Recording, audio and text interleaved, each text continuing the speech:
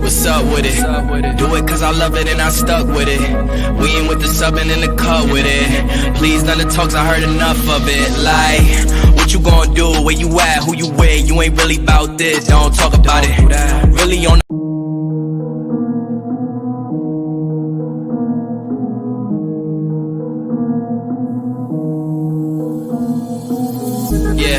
what's up with it? Do it cause I love it and I stuck with it.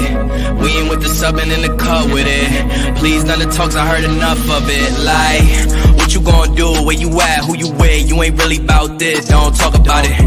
Really on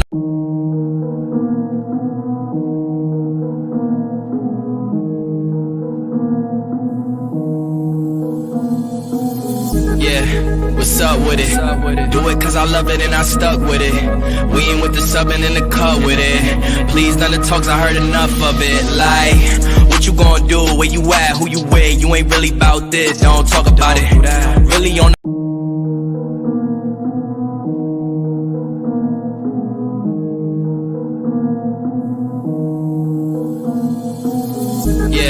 what's up with it? Do it cause I love it and I stuck with it. We ain't with the subbing in the cut with it. Please none of the talks, I heard enough of it. Like, what you gon' do? Where you at? Who you with? You ain't really bout this, don't talk about it.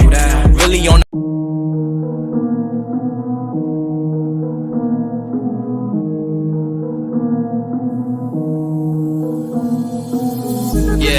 what's up with it? Do it cause I love it and I stuck with it.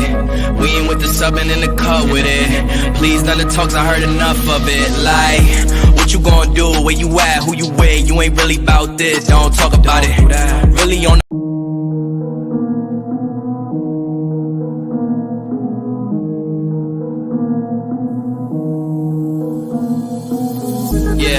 what's up with it? Do it cause I love it and I stuck with it. We ain't with the subbing in the cut with it. Please none of the talks, I heard enough of it. Like, what you gon' do? Where you at? Who you with? You ain't really bout this, don't talk about it. Really on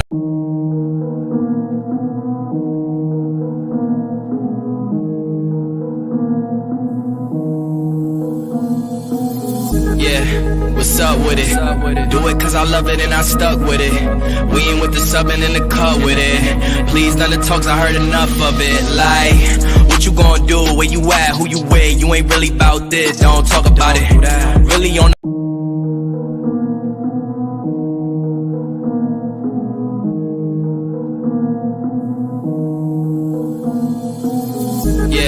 what's up with it? Do it cause I love it and I stuck with it. We ain't with the subbing in the cut with it. Please none of the talks, I heard enough of it. Like, what you gon' do? Where you at? Who you with? You ain't really bout this, don't talk about it. Really on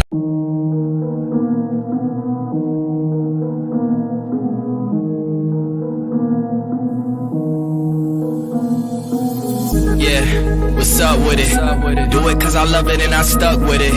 We ain't with the subbing in the cut with it. Please none of the talks, I heard enough of it. Like, what you gon' do? Where you at? Who you with? You ain't really bout this, don't talk about it. Really on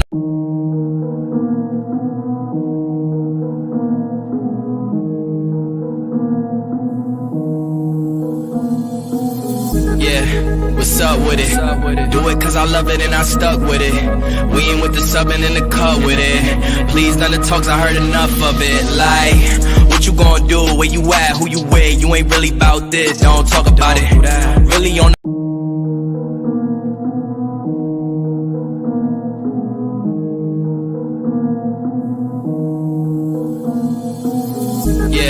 what's up with it? Do it cause I love it and I stuck with it. We ain't with the subbing in the cut with it. Please none of the talks, I heard enough of it. Like, what you gon' do? Where you at? Who you with? You ain't really bout this, don't talk about it. Really on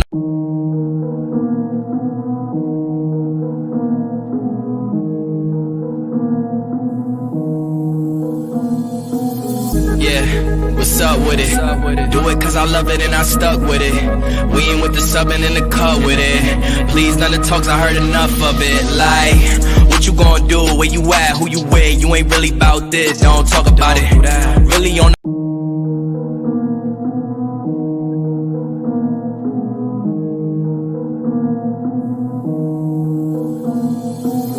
Yeah, what's up with it? Do it cause I love it and I stuck with it. We ain't with the subbing in the cut with it. Please none of the talks, I heard enough of it. Like, what you gonna do? Where you at? Who you with? You ain't really about this, don't talk about it. Really on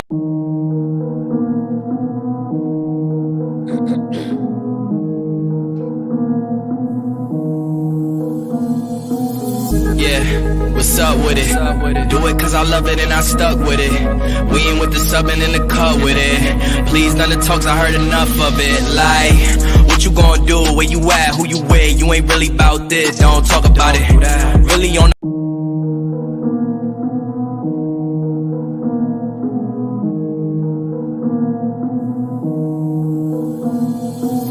Yeah, what's up with it? Do it cause I love it and I stuck with it. We ain't with the subbing.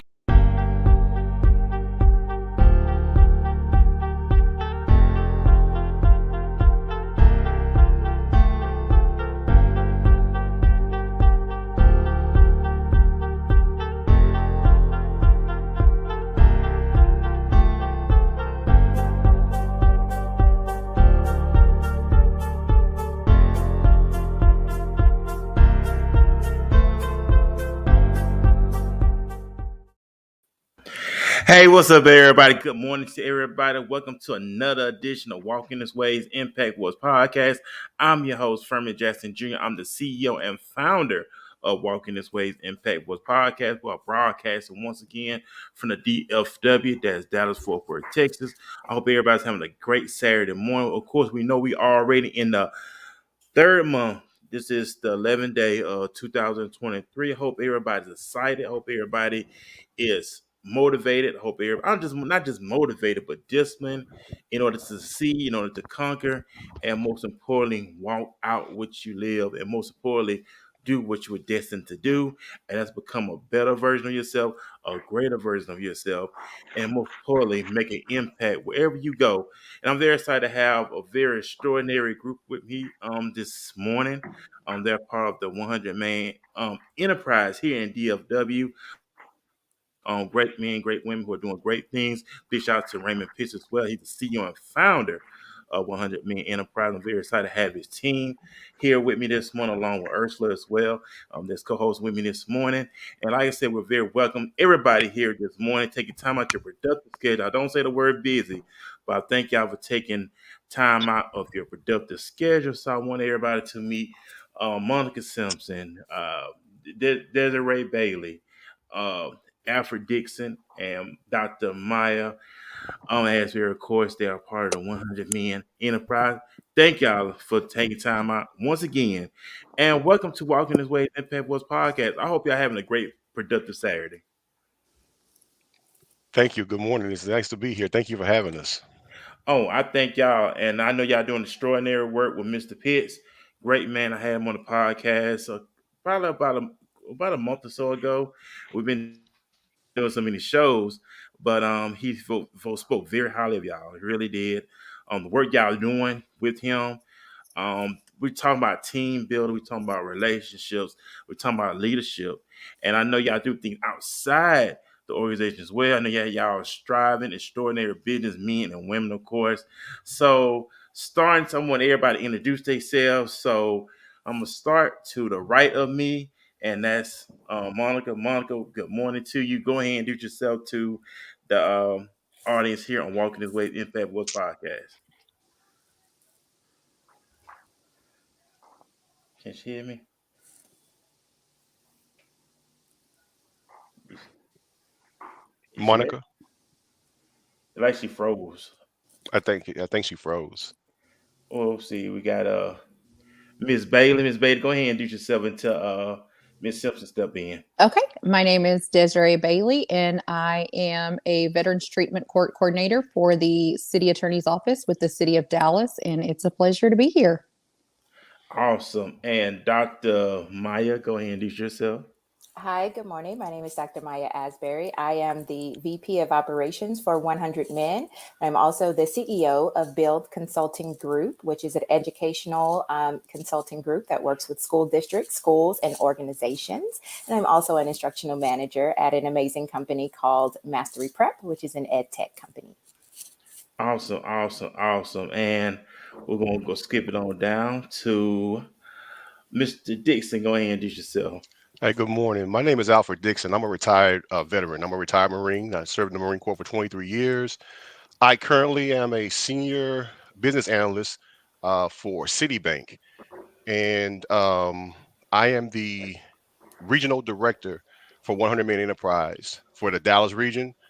And I am also a member of another fraternity for military veterans. An organization is Kappa Lambda Chi Military Fraternity Incorporated.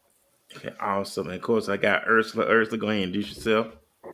Good morning, everyone. Welcome to the platform. My name is Ursula. I am the CEO of Helping Others Prosper, LLC, which is a financial consulting organization focused on financial literacy across the country. I'm also a HUD certified housing counselor fighting against homelessness and standing for housing stabilization and being able to afford affordability, of course. So, welcome, everyone. And big shout out to you, Ursula. Thank you. Big shout out to everyone who's watching us right now. I'm gonna give a big shout out to Keisha Sanchez this morning. That's in the comment section. Big shout out to the Corn as well in the comment section. Big shout out to everybody who's taking time out to watch it. We are live streaming, of course, on Facebook Live, YouTube, and Twitter. So if you're on any of those rich platforms watching us, please do share, like, comment. We want to hear from you. If you have any questions, put in the comment sections.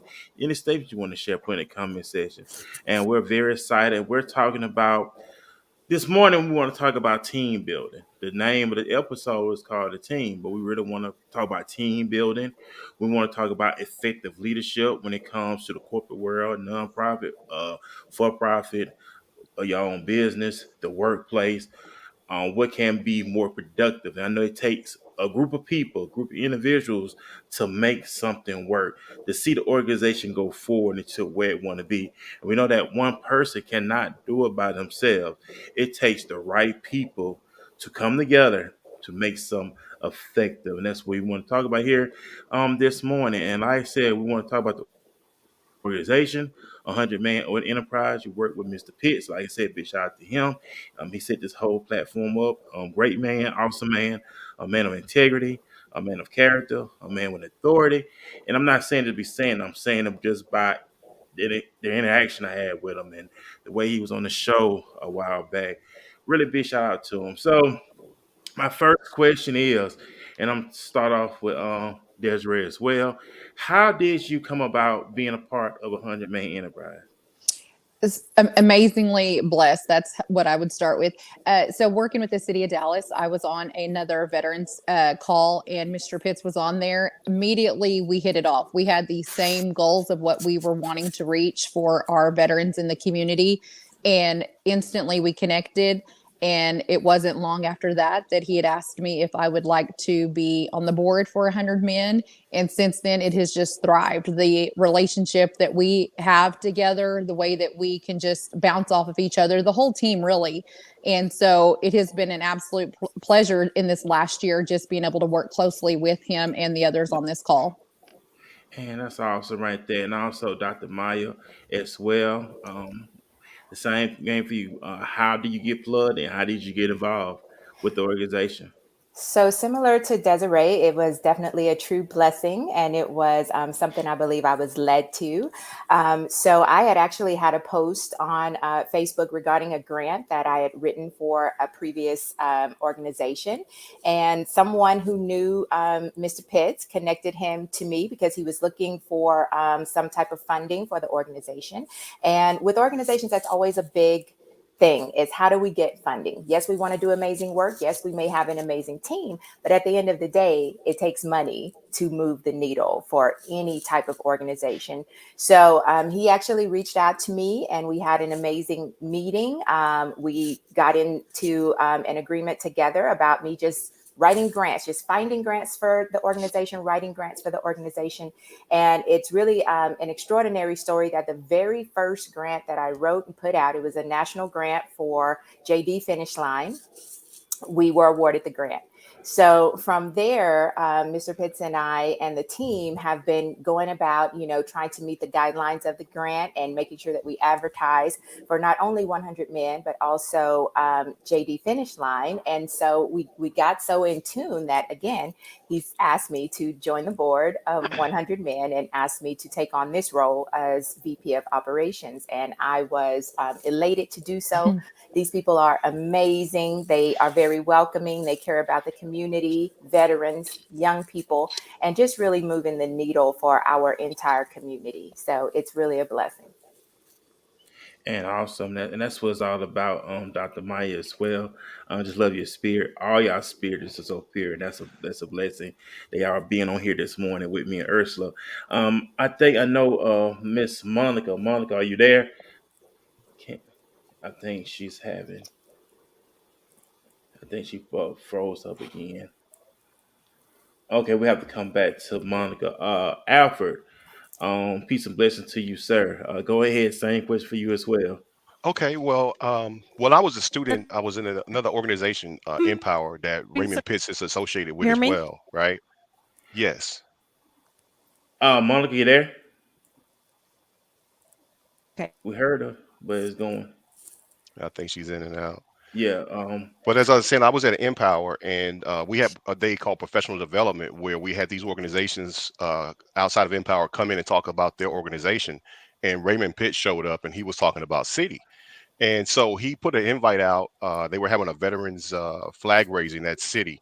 He put an invite out, and I went over and I met him physically in the flesh, and I was in uniform. And something about his spirit when we connected, it was just I can't describe it. We stayed in contact. He told me that, hey, hopefully you'll get a chance to come work here at City. I started working at City, and then there's another organization that Ray's in charge of at City. It's called City Salutes, and I became a member of City Salutes with Ray, and we did, the cemetery flag raisins and putting the wreaths on the graves and all that stuff. And he told me, he said, Alfred, he said, I have this other organization. He said, I want you to come out and come check it out, right? So I came out to the 100 Men event, and I met the staff, and I met everyone. And I was just so happy just to be there, right? And so Ray told me, he said, what'd you think? I said, I actually love this, Ray. And then he's like, hey, we're going to have another one. This is going to be the date. So I showed up. And so before you know it, I'm like a groupie, right? I'm hanging around all these extraordinary people. And we went out to lunch one day, and Monica had said something, and Desiree as well. They said, he's like, Ray, when are you going to get out for the shirt? He's 100 Men. And I was like, no, I said, I'm just happy just to be around you guys, right? And so the way I explained it to Ray was overflow. Right, we talking about living in the overflow. When I was a kid, my grandmother used to drink coffee, but I'm not a coffee drinker, right? But sometimes what she would do is she would pour the coffee in, and she would put extra creamer in there and extra sugar, and she would let it flow into the saucer. And she would pick up her cup, and she would give me the saucer and say, hey, you can have this. So when I was there, I felt just like that. I was living in the overflow. I was, getting the coffee off the saucer, being around Desiree and being around Monica and being around, everybody a part of 100 Men. And Ray said, hey, we want you to be a part of this organization. And I humbly accepted. I cried, and then I got my shirt. And then Ray said, you know what? He said, you know what, Alfred? He said, I want to make you my regional director for Dallas. And I was like, what does that mean? Right. And so here I am to this day. And like I said, every time I get a chance to come around this group of these folks, I am just so humble just to be in the room with just such great spirits and minds. And that's my story, and I love it.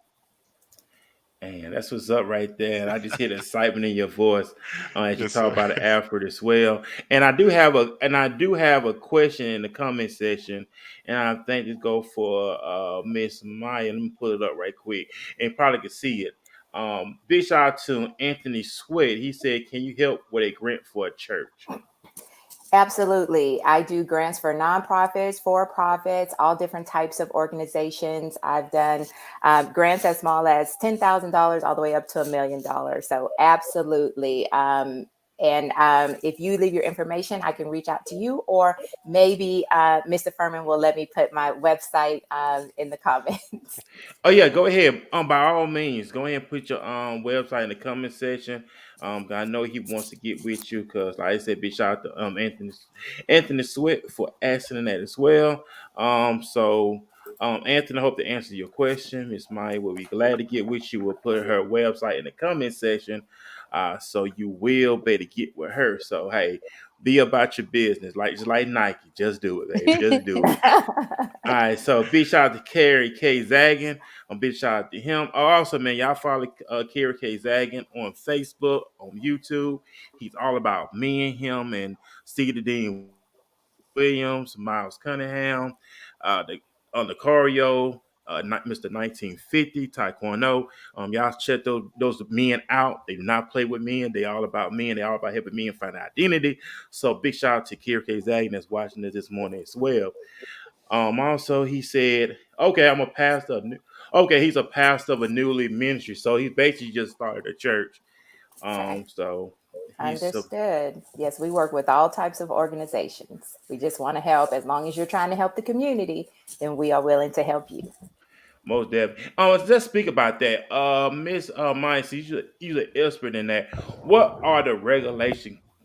What are the regulations? What are the do's and don'ts when it comes to grant and then receiving a grant? Because I don't think too many people understand it. They think, "Oh, free money and I get back," but take us on the insight on how to obtain grants if you're doing something productive in the community.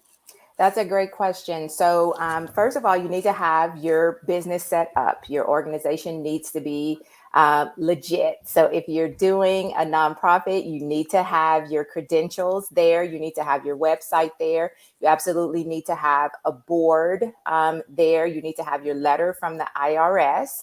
And if you reach out to me and my business, first thing I'm going to ask you for your financials, for your website, for your your status as far as when you have filed taxes, all of those things. So it really has to be a legitimate setup.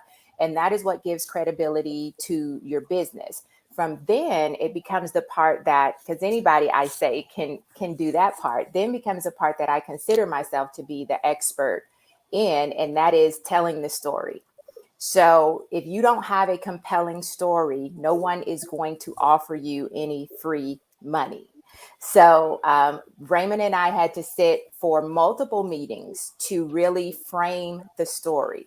And the story changes as we apply for different levels of grants. So we've applied for things that are really geared toward veterans. We've applied for things that are geared toward young men. We've applied for grants that are geared toward community and building up in the community. So the story has to change. So many people think they can just go out and put in their information and it's fill in the blank. But the majority of that grant, where they're going to look to is the story. So 100 Men has a really compelling story, starting with Raymond himself. So I always start with Raymond himself and how he decided to come up with this organization. Then I go into all the different ways that we can help and we will help, and why it's important to have an organization like 100 Men. So Raymond and I actually have combined our stories for 100 Men because of my background with education. I've seen so many men, young men, boys fall by the wayside, especially young men and boys of color. And so as we were telling our story together, we kind of meshed. So, looking at veterans and looking at people with, felony backgrounds and people who feel like they don't have other options, this is an organization that can key you in to having more options for your life.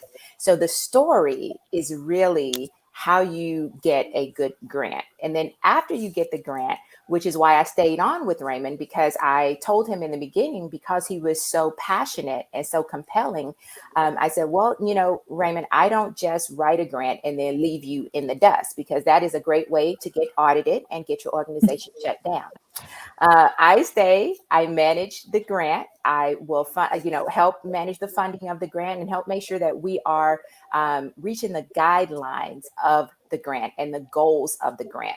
Because people don't just give money. JD Finish Line didn't just give us this pot of money and say, hey, do whatever you want. there's some responsibility on our part. So we've had to go to finish line stores. We've had to talk about the impact of 100 Men. We've had to offer opportunities for them to partner with us and to become volunteers.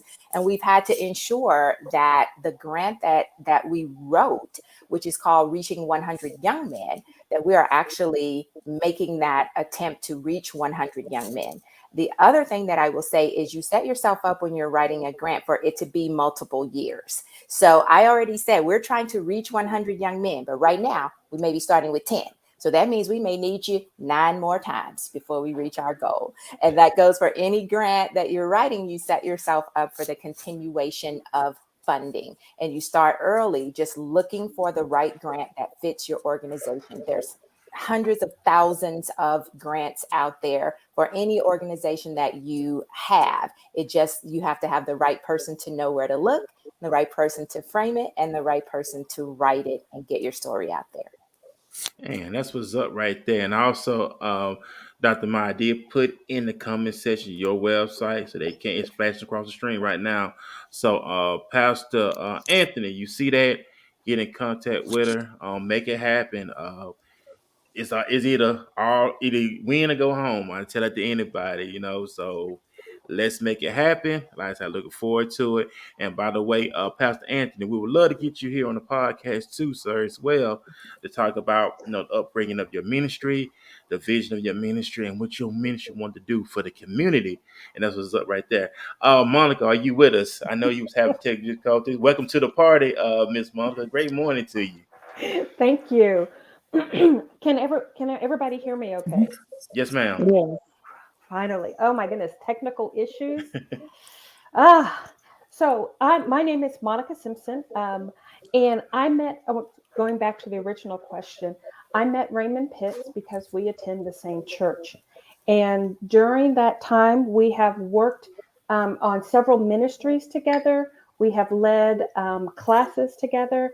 And one of the things that really stuck out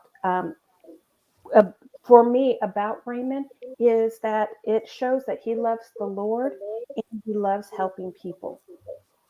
And while we were working together, back then, he told me about his work that he was doing with veterans, because he's been doing this for a while, working with veterans.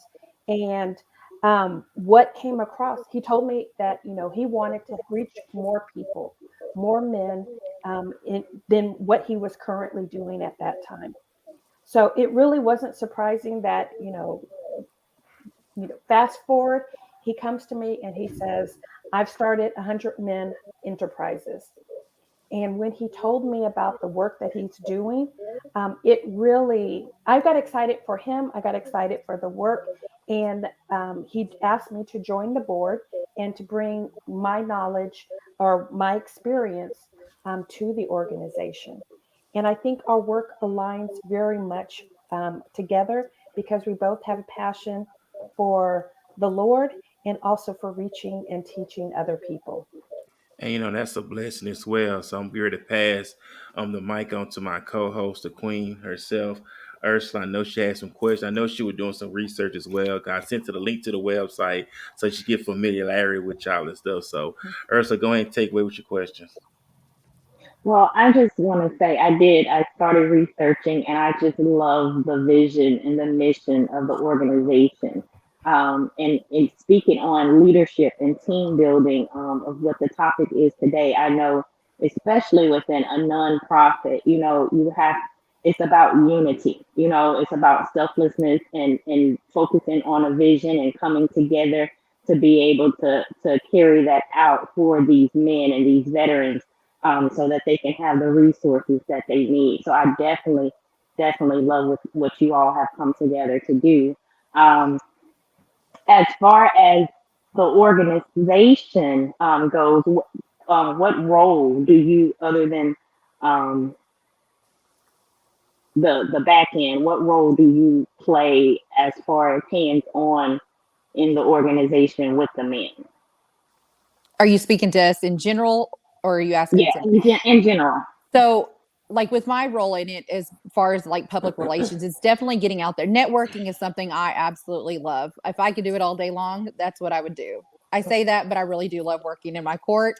But, to me, it's about getting that information out there to everybody, letting them know what resources are available. And that was a big thing of, just starting with 100 Men was getting the word out there, getting that message out there, letting them know about the different classes that we were having, what those classes offer, the free workshops that we offer for each individual as well was so important. So for me, that was such a big key into what I was asked to do for 100 Men. And I think that that's how we all came together as a team in here is by word of mouth. And the greatest thing I think that makes us so special is that we all have another full-time job that we're doing, but this is something that we're all passionate about. So when we need to come together for whether it's the youth or a veteran, we're all hands on deck. I think that my phone probably goes off more with this group than it does with anybody else. And so, but it's, not just one person that's having to take on, a barrier that we're seeing for, whether it's a civilian that's having issues, whether it's the youth or if it's a veteran, it's the whole group is coming together as a whole to say, what resources do you have? And I think that's been the key for all of us. Yes. Okay.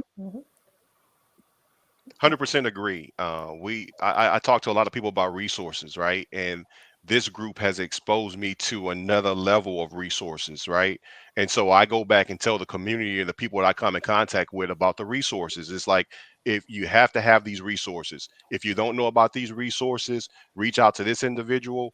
And one of the things that I talk to with a lot of pastors that I do speak with is not only having that resource or having the resource available. How do you get the folks to come and get the resource, right? What are those things that we can do to get them to come and get those resources? And then the last part of that is the follow through. Don't just give them the resource, show them, walk them through it, and then do the follow up and say, hey, how'd that work for you? And then when they give you the thumbs up or they say they're having issues, that way you can jump in the pipeline and find out where they're having issues, so that way you can get them to their mission accomplishment, right? For having a resource in the first place. And then once they get that, they become a testimony for you to go back and tell other people to say, hey, Mr. Dixion didn't just give me the resource and leave me. He actually walked me through this process. And once I got through, I'm here to tell you that if you need these resources, they're available and they work. And then I see my role as coming in behind that and talking to the psychosocial part of everybody's life. Our first need is going to be our basic needs. And those are the resources that 100 Men provide or help people to find. And then what I do when I teach the different classes is I address, the things that maybe other people are not talking about. How do we keep our mind safe? How do we improve our relationships? How do I function? How do I set goals? How do I deal with difficult people in my life? These other things that may not be touched on or maybe not really thought about as far as a resource. Okay. So let me ask you this, because as a housing counselor, I understand the resource concept, because of course, I have to search for the resources for homelessness, transitional shelters, emergency rental assistance, things like that. So of course, you're on the front line, you're with them in the process. How much of advocacy goes into that process? I think that advocacy is a huge part of the process, because you really do have to know how to advocate. Like I said, it kind of ties back into being able to tell the story. Where do you go to get these resources? But when you get there, how do you compel the resources? How do you compel someone to take them? And how do you compel someone to give you the resources and have them available? I think it's all advocacy plays a huge role, and we have to all be advocates for any of these organizations that we are serving in, whether it's veterans, as Desiree said, the youth, these young men who are going through the court system. We are their advocates, and we're making sure that those resources, as Alfred said, are available to them. But not only that they're available to them, how do we get it to them? How do we make sure that, they're able to partake in it? When Raymond and I, after we got the JD Finish Line grant, we came up with the idea to adopt a school. But we really wanted a school where it was going to be focused on students who were already marginalized, like the ones who maybe are at risk for not graduating. So we had to go out, make that connection, find the school that we want to connect with, one that is open and available to put us in front of these young men, to make these resources available for us to advocate for them. Okay, I love it. Like I say, I love the entire concept. It's amazing. We need more organizations. I am based in Louisiana, so I'm not in Texas, but of course, I'm in Baton Rouge, but Baton Rouge, New Orleans, areas like that definitely need that assistance. Just to be able to get out there and be able to live, in a way where they have self-sufficiency, and they can be able to maneuver on their own. So as someone who is really big on financial literacy, and in the background of educating each other as far as being able to survive on their own, how is that incorporated in the program? I could say on my role on the end of what I do. So for instance, we just had a workshop in Dallas, and Alfred and I was hosting that workshop, and there was several individuals there, and we, were building rapport with them, finding out what their needs were. And I immediately was like, listen, the city of Dallas has, a financial empowerment class. So we can sit here all day long and help them out of that immediate situation, but how are we going to prevent them from being back in that situation again? Because really that's where you're going to be helping these individuals. So making sure that you're connecting them, and finding a free financial, class that can help you with your budget, that can help you with your credit score. That's hard to come by free. I don't care where you live at. I mean, I've been doing this, Yes. for a while now. And so immediately I was reaching out to our financial empowerment, advisor with the city of Dallas. And I said, what classes do you have coming up? And so they offer them virtually, so that if there's individuals that cannot come in to attend those, they have them at different locations. So it's not that you have to directly come, to the office there that he works at the city of Dallas. So immediately I was in contact with them to get those resources so that we could help them to find that stability, so that they're not continually finding those barriers. Yes, I Awesome. agree. Um, I think some of the starting points that I start with, and this just doesn't have to be someone who actually need the resource. If those folks that are at home listening right now, that are logged in, I always ask this question: when someone has a issue with money, right? If they need some money or whatever, right? I try to get to the why, right? Why do you need this money, right? And they'll say, well, I got to pay this bill. Well, I understand you got to pay that bill, but why are you short, right? Do you have a budget? Right. So if you ask the average person, like people that I come in contact with, my family members I come in contact with, do you have a budget?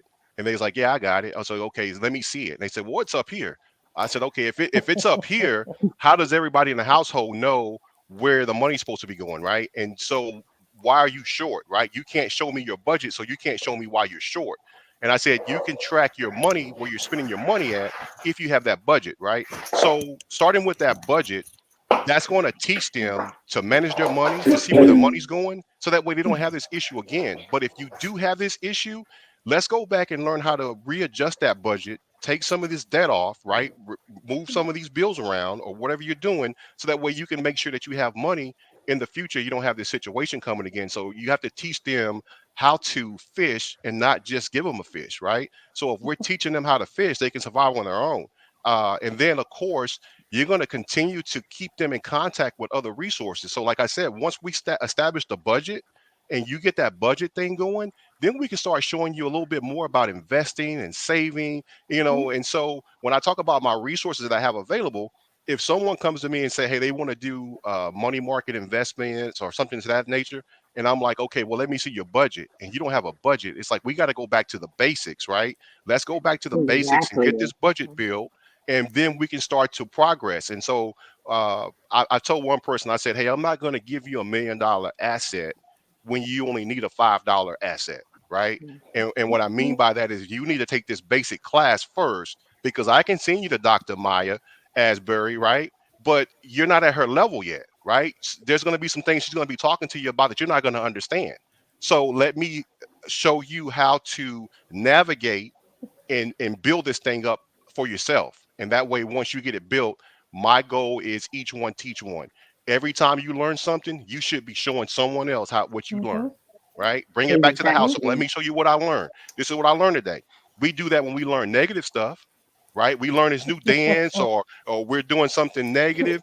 We want to show someone, right? But when we learn something positive, we don't go back home and be excited about what we just learned. Hey, I just learned how to do a budget today, Yeah. Right, right. right? And passing the positivity, that's what we need to start doing Right. in our culture. And I love how you mentioned the budget. I actually just released a book on Amazon called Budgeting for the Working Class. And it's geared around starting from the basis, from the bottom, and understanding your finances completely.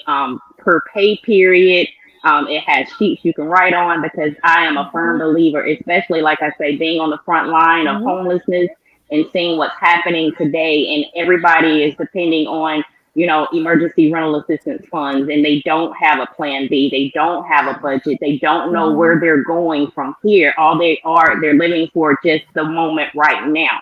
Yes. So, and it's like understand your finances and what you're doing. You shouldn't be calling me for housing counseling, but you just spent your rent money on a vacation. So that's my thing as far as Mhm. financial literacy and passing on the positivity and understanding that it starts with us and being able to pass on that education and that literacy of what we know. So, like I say, I love what you guys are doing. How can we volunteer? Awesome question. I mean, you can reach out to any of us. You can go to the website. You can request information. We get that information. We can contact you. When you look at the schedule, you can tell us how you want to volunteer, or we can reach out to you and find out what you're looking to do when you want to volunteer for us. So there's so many different things that you can actually do. Because I remember we had uh, maybe about a month ago. We had our vehicles loaded down. Desiree gave us some work, we were out feeding homeless folks and elderly, right? And so she had these meals that were already made, and I think would you gave me like 150 of those things. I had my truck loaded down, and I'm driving down 20 underneath the bridges.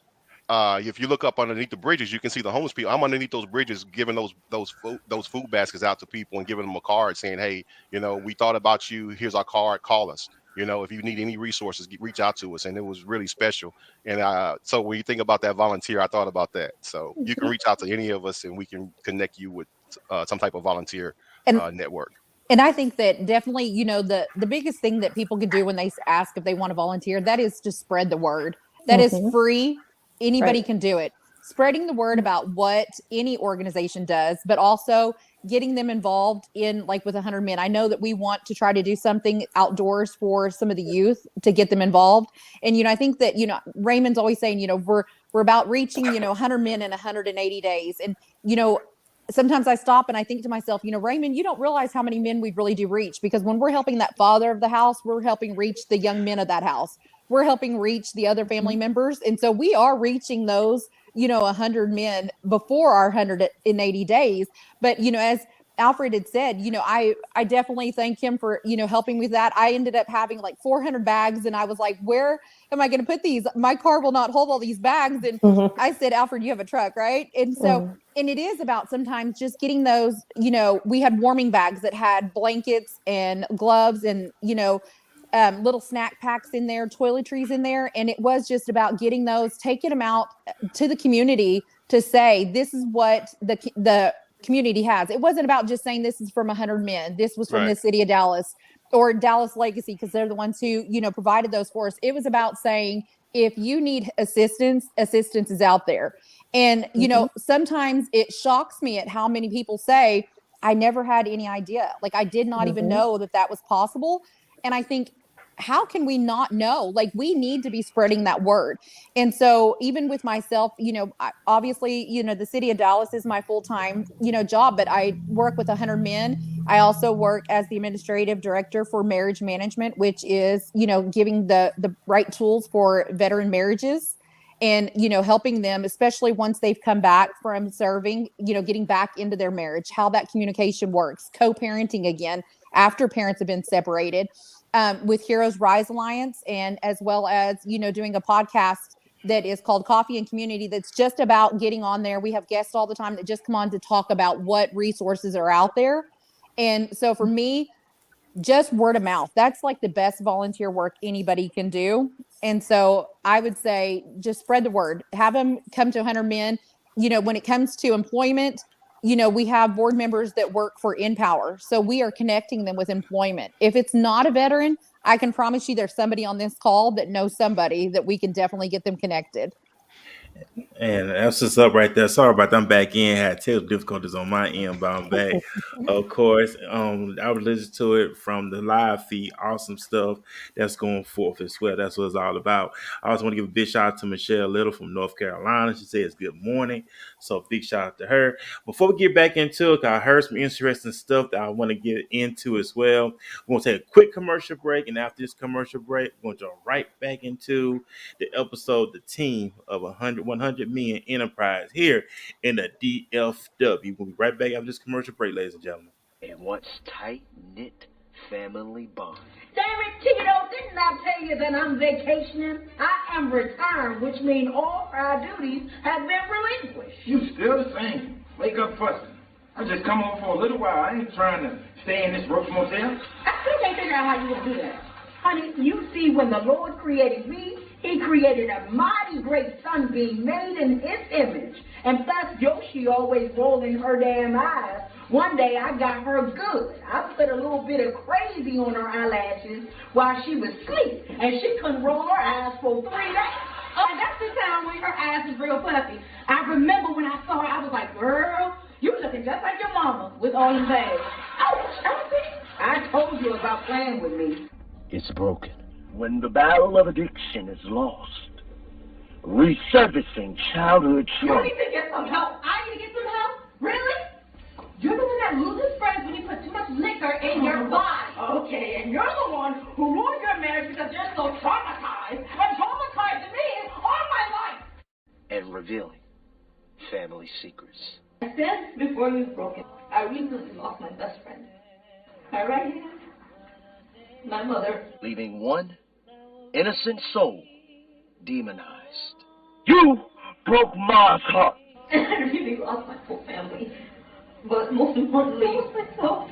Crucified, the stage play, showing April 14th and 15th at the Slayton House in Columbia, Maryland. Hey, what's up, everybody? Welcome back to Walking This Way's Impact Voice Podcast. I'm your host, Furman Jackson Jr. I'm the CEO and founder of Walking This Way's Impact Voice Podcast. We're based here in the DFW, that's Dallas, Fort Worth, Texas. We are once again here on this Saturday morning with a great panel. We're talking about team building. We're talking about leadership. We're talking about a lot of great stuff. A lot of great information went out here on the podcast. From what I was hearing, this is stuff to really challenge you, the listeners, if you're serious about your business, when it comes to the grant, when it comes to having your, as they say, ducks in a row. It made me think about the scripture in Habakkuk. He said, write the vision, Right. make it plain, and whoso read will run with it. And that's why I picked up when I listened to Dr. Mya speak. That's what it came to me. Just talking about that, writing a vision, making it plain, when it comes to these grants, it's like, and I heard Alfred said something where they say, I just need money. What you need money for? And people, I get, they don't think, like, they don't go into full detail. It's like I said, write the vision, make it plain. And when I'm hearing y'all speak, it's like, okay, I'm challenging you in a good way because I want to say, I don't want you to embarrass yourself. If that makes sense what I'm saying. Right. So Yeah. I'm saving you from yourself because we could be our own worst enemy. We get in our own way, and then when we go out there, we fall flat on our face. And I like what y'all was saying, and I just want to pick that back up. When it comes to that, I tell Dr. Maya, I know you're straightforward. How do people really handle that? Because it's like some people, they want you to make them feel good. It's like, I don't want you to feel good. I want you to just really think about what I'm saying to you. How do people like interact? How do they come off when you be straightforward with them? I know some people handle it a different way. That makes sense what I'm saying. It does. And generally, people will take it well when they know that you're coming from a place of helping them and assisting them and supporting them, not just talking down to them or saying, well, your organization is not about anything. You're wasting, my time today. We don't come at it from that lens. There's even been some grants that Raymond and I wanted to do. And I said, now, Raymond, we have to work up to that one. Let's start here. And you let me guide you to where you can get there. But right now, let's start here. We're going to apply for anything from $10,000 to $50,000, and that's the range that we're going to stay right now. That's not to say that eventually I won't be able to get him a $500,000 or $1 million grant. And this organization could absolutely do that, but there's some things and some steps we have to go through first. So one of the key things to know about getting grants or obtaining grants is that they want people who have already received grants. So if you haven't received anything or you don't have any budget whatsoever from what you're working from, that doesn't mean you can't receive a grant. You just have to have a very clear plan of how you're going to do that. And like Alfred said, do you have a budget for your organization? Do you know what your goals are? Not only your goals, your milestones. So you have to have check-ins. Okay, by 6 months, we expect to be here. By 12 months, we expect to be here. By 18 months, we've met our first milestone. We've met our first goal. All of those things, the grant is going to ask you. So that is what we mean when we say, is your organization ready to receive funding? So, but if you find a diligent grant supporter, I don't just say grant writer because it takes a lot more than just to write a grant. If you find a diligent grant supporter, they'll help you step by step get those things, and they'll help you put those things in place. So it's no need for you to feel, like you can't get there. However, there are going to be certain steps. And I'm telling you, Raymond is one of the most diligent people I've ever met. He actually helped me push myself in my business because I was like, well, we're just waiting, we'll see, whatever. He was like, no, where are we at today? What do we need to do tomorrow? What do you need from me? And every single time that I asked him for a piece of information, he got it to me in a timely manner so that I could continue to apply for grants, because you don't want to just get one grant. You want that to be a continuation. So we love our JD Finish Line partnership, and we hope that that one continues. But we also want one with Sun Foundation. We also want one with Citibank. We also want one with Wells Fargo Foundation. We want 100 Men to be on the lips of any organization that's giving out funding that's going to help the community. But as you stated, if you come to my website and fill out a thing, and I fill out an information link, and I get back to you, and you don't have those things, I'm not going to just say, well, okay, we can't work together. I'm going to say, this is what I need from you. I'm going to give you some deadlines. We're going to take some checkoff sheets, and we're going to help you get there if you're willing to work for it. Now, don't waste my time, as you don't want me to waste yours. But if you are serious and diligent and passionate like Raymond and the rest of these amazing people on the call, you can absolutely get there. And the right grant supporter is there for your organization. Now, of course, I'm there for my business as well, but I don't take any funding from an organization until I fund them. And that's an unusual thing in this grant business. I don't know if it'll always be that way, but for me right now, that feels right. That feels appropriate. That feels like a person who is there to boost not only my business, but your business too. So you have to watch out that a person is not just there to build their business, because I can charge you $2,000 every time I write a grant and have no intention of actually getting that grant, or know that I'm setting you up with a grant that you are not qualified for. But I wrote the grant. I can prove that. And now you owe me my $2,000. That's not how I operate. So you really need to be careful and vet the people that you're working with, so that you know that they not only have their business interests at heart, but your business or your organization's interests at heart. I took it so much to heart, I got the shirt like Alfred. So I need someone that is as dedicated to your organization as they are to their organization. And you can't lose. You really can't. That makes a lot of sense, because it takes time in what you do. it takes the time. I'm gonna say that again. It takes the time and doing what all of y'all do, and it's something you don't want to waste, especially when you're doing service for yourself and doing service for other people. Right. And I understand it a whole lot. People don't understand. It takes work, It does. Mhm. blood, sweat, and tears, as they say, Yes. night and day, deadlines, being serious. This stuff plays a role, and a lot of people they want to start businesses and I see people they post, I want financial freedom and all that stuff, which is good, but are your priorities in together? Right. People want this fantasy, but they don't want to deal with the reality. Hmm. Just like I was listening before I got Mhm. back on, I was listening to y'all speak. It's like, okay, I'm calling you out, and that's a good thing. But if I'm working, okay, I work with you. I need you to work with me as well. So I need to know where Mhm. you at. Be honest with me. Then we can Mhm. take it to the next level. That's like if you like AA meetings. What the first thing they tell you to do? Admit that you have a problem. Right. Mhm. So that's what he gets to. Like if I'm sitting down with you, I want you to admit where you at. Tell me Mhm. what you at. Don't be ashamed. Don't be embarrassed. Now if you tell me what you at, okay, now we can we know what we're working with.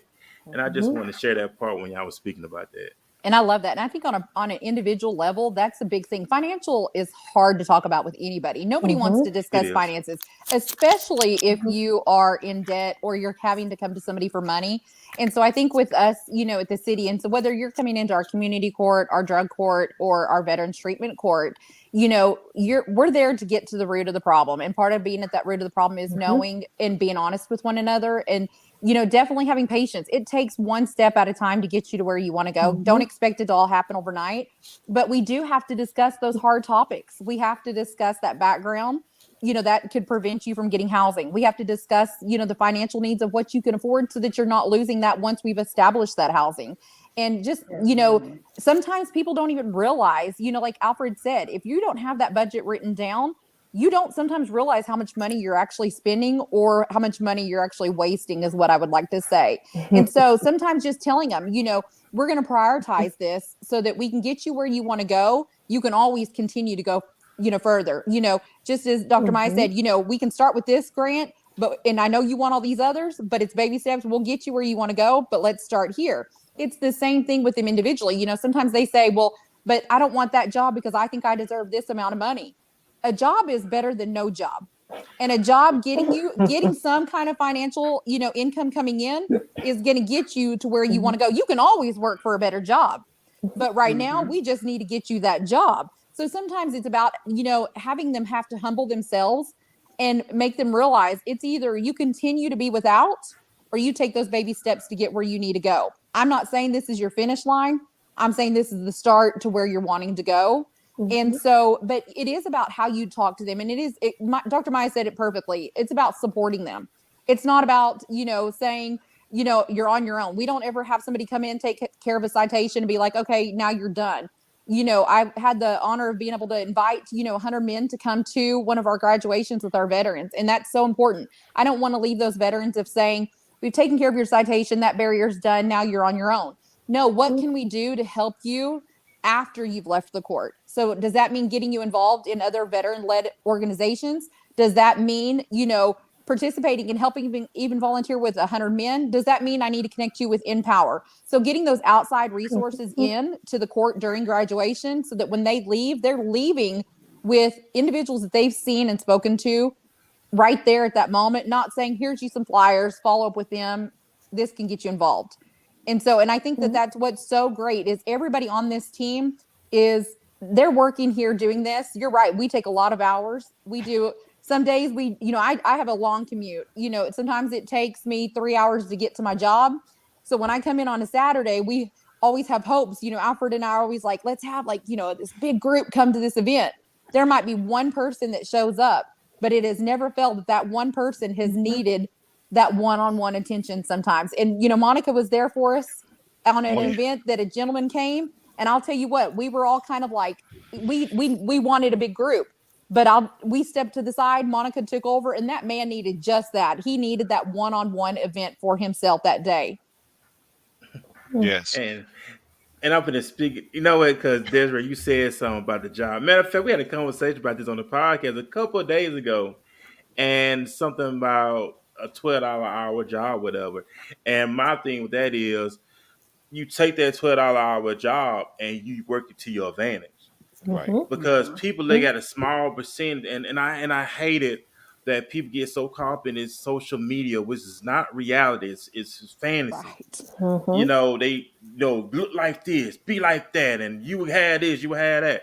But if you do have a $12 job, work it to your advantage. I remember back in the day when people had a lot, they wouldn't make what they did. They'll go get another job just to make ends meet, just to reach their goals, just to make the sacrifices. And you really that just for the confirmation. There's Rick. We had a conversation this on the podcast a couple of days ago. So if you do have a job, you may not make the money you want. It's okay. You got to start from somewhere. You work your way up. And if you do have a job like that, use to your advantage. If you have to get you another job, get you another job. Um, if you have to pick up some extra hours, pick up some extra hours. It's nothing wrong with that. And don't listen to these folks on social media who want to put this fake image up. I'm living my best life now and all this other stuff. That's fake. It's false. It's phony. You know what? Let me add something to that. When Go you when ahead. you talk about that $12 an hour job, right? Mm. And I can't make ends meet. I may need another job. If you don't have a budget, how do you know that? You're Right? right. So you Right. don't have a budget. You say I need another job, and it's like, why do you think you need another job? If you look at your budget, what are you spending your money on, right? And I Right. tell people, I say you don't need another job. You need a budget. So let's get to this Mm. budget, right? And one of the things that Desiree talked about, I think about coining this bumper sticker. If you had my advice, you wouldn't need my money. And let me tell you where I'm going with that.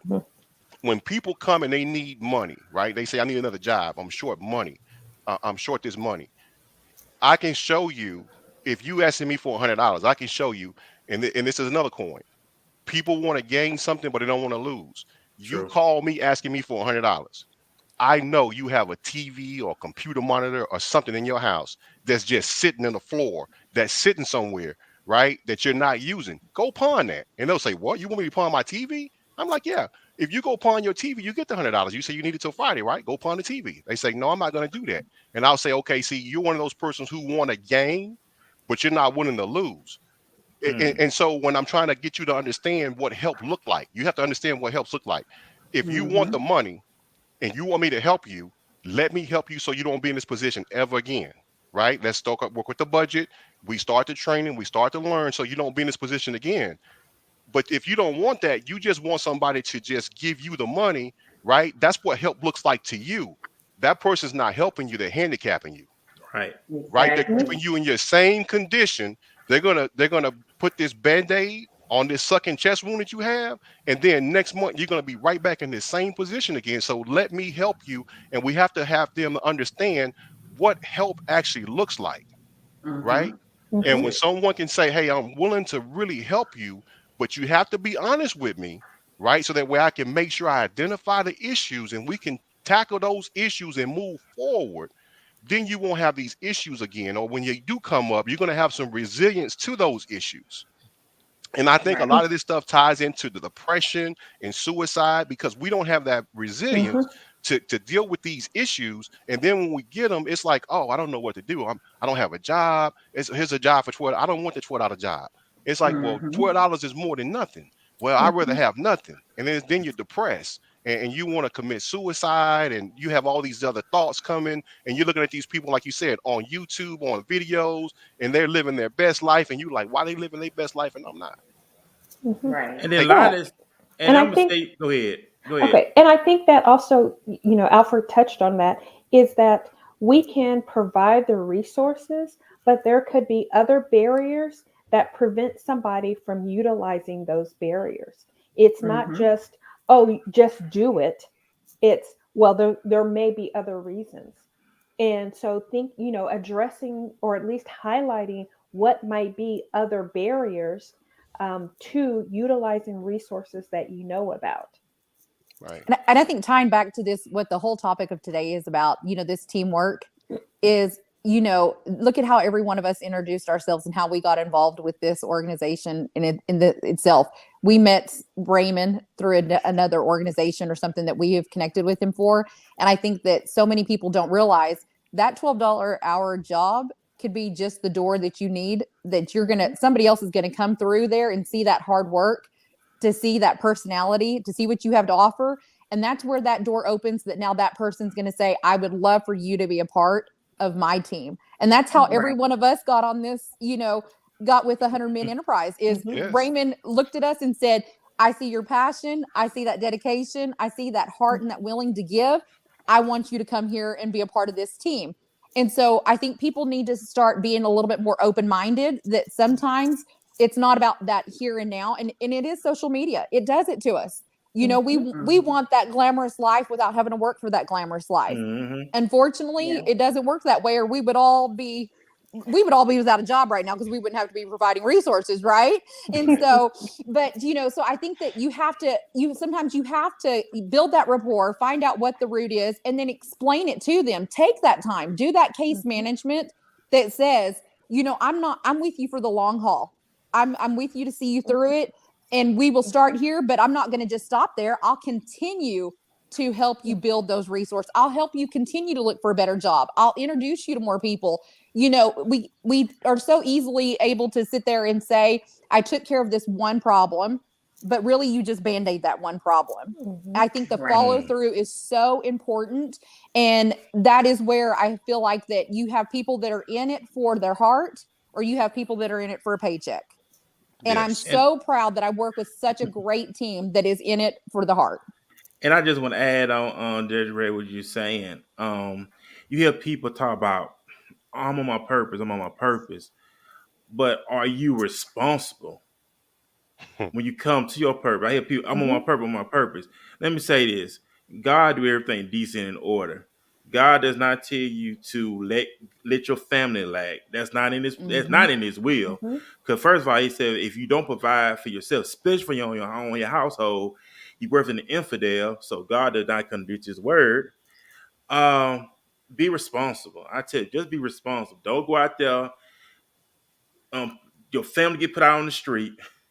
You lose your job, but you say, God, no, God don't operate like that. God will use anything that you work with, and he will bless it. The Bible said, whatever you put your hands to, it's going to prosper. So these people so caught up in the world system. Look at them. They got this going on. I don't want that $12 job. I can't do nothing with that. But like Alfred said, where's your budget at? And y'all said something. Are people willing to invest in themselves? Put the money where their mouth is. Okay, we go invest. I like Jordans. I wear some J's. But we'll go take that $225 pair of J's. We'll go buy that. But when it comes to our business, when it comes to sitting down with Dr. Mya and many others, when it comes to the money, they make up all kind of excuses. But you'll go get that $225. However you got that $225, you'll go get that with no problems. It's like the priorities is wrong. And that's we want don't the success. We don't teach that, in the household, right? So I know as a child I didn't learn it, right? So my family I know some of my family members think I'm crazy when I bring this to them, right? And what I mean by that is this: when my kid asked me, Dad, can I get those $225 pair of Jordans? Because I remember my son when True Religion came out, and they got a certain amount of money for their school clothes, and he wanted to go there and buy him one pair of jeans for $200. And I said $200 for one pair. I was like, man, I can put a brand new tire on my truck for that, right? So I told him, I said, no, I said, you know what? I said, this is how much money you have, right? And I said, you're gonna buy one pair of jeans for $200, and this is what you're gonna have left. What you gonna do? Get 5, 6 shirts to go with that one pair of jeans, because that's all you have. But what I do is I show them the value of your dollar, right? The budget. Kid asks, Mom, can I get this? They say no. We don't tell them why no, right? We should sit them down, show them our budget. Say, hey, this is what mommy bring in. This is what daddy bring in. This is the internet. This is cable. We show them our books. And we say, okay, show me your $225 pair of Jordans in there. And they say, I don't see it. You say, well, okay, I don't see it either. But if they start to understand that, and we teach that to them, when they turn 18, we're expecting them to go off to college and be successful and go into the real world and be successful. But we haven't showed them not one time how to manage money, how to manage credit, right? What assets, what's an asset, right? Or what we have that's going to make us some money, right? And so, like when we talk about credit, a lot of people that I have, a lot of my peers that I have, they say I don't want a credit card, and I say, well, why not, man? I said that's money, right? If you got a $25,000 credit card, I'm jumping, right? Let's say if it's 500, right? Let's say it's 500 or 1,000. If you got $1,000 credit limit on that credit card, right? I tell them, I said, this is money that you have as an asset, as resources that if you run into those problems, you can go and draw from that. But someone who doesn't have that credit already established, that don't have a credit card, when they don't have the money in the account, where's it come from? They're stuck. But at least you have a second draw where you can go to your credit card. But I tell them, I say, if you understand how to manage that properly, now let's move forward. I'm gonna cover this real quick. You take $25,000. I have a condo, right? It's a secondary property, and that condo has equity in it.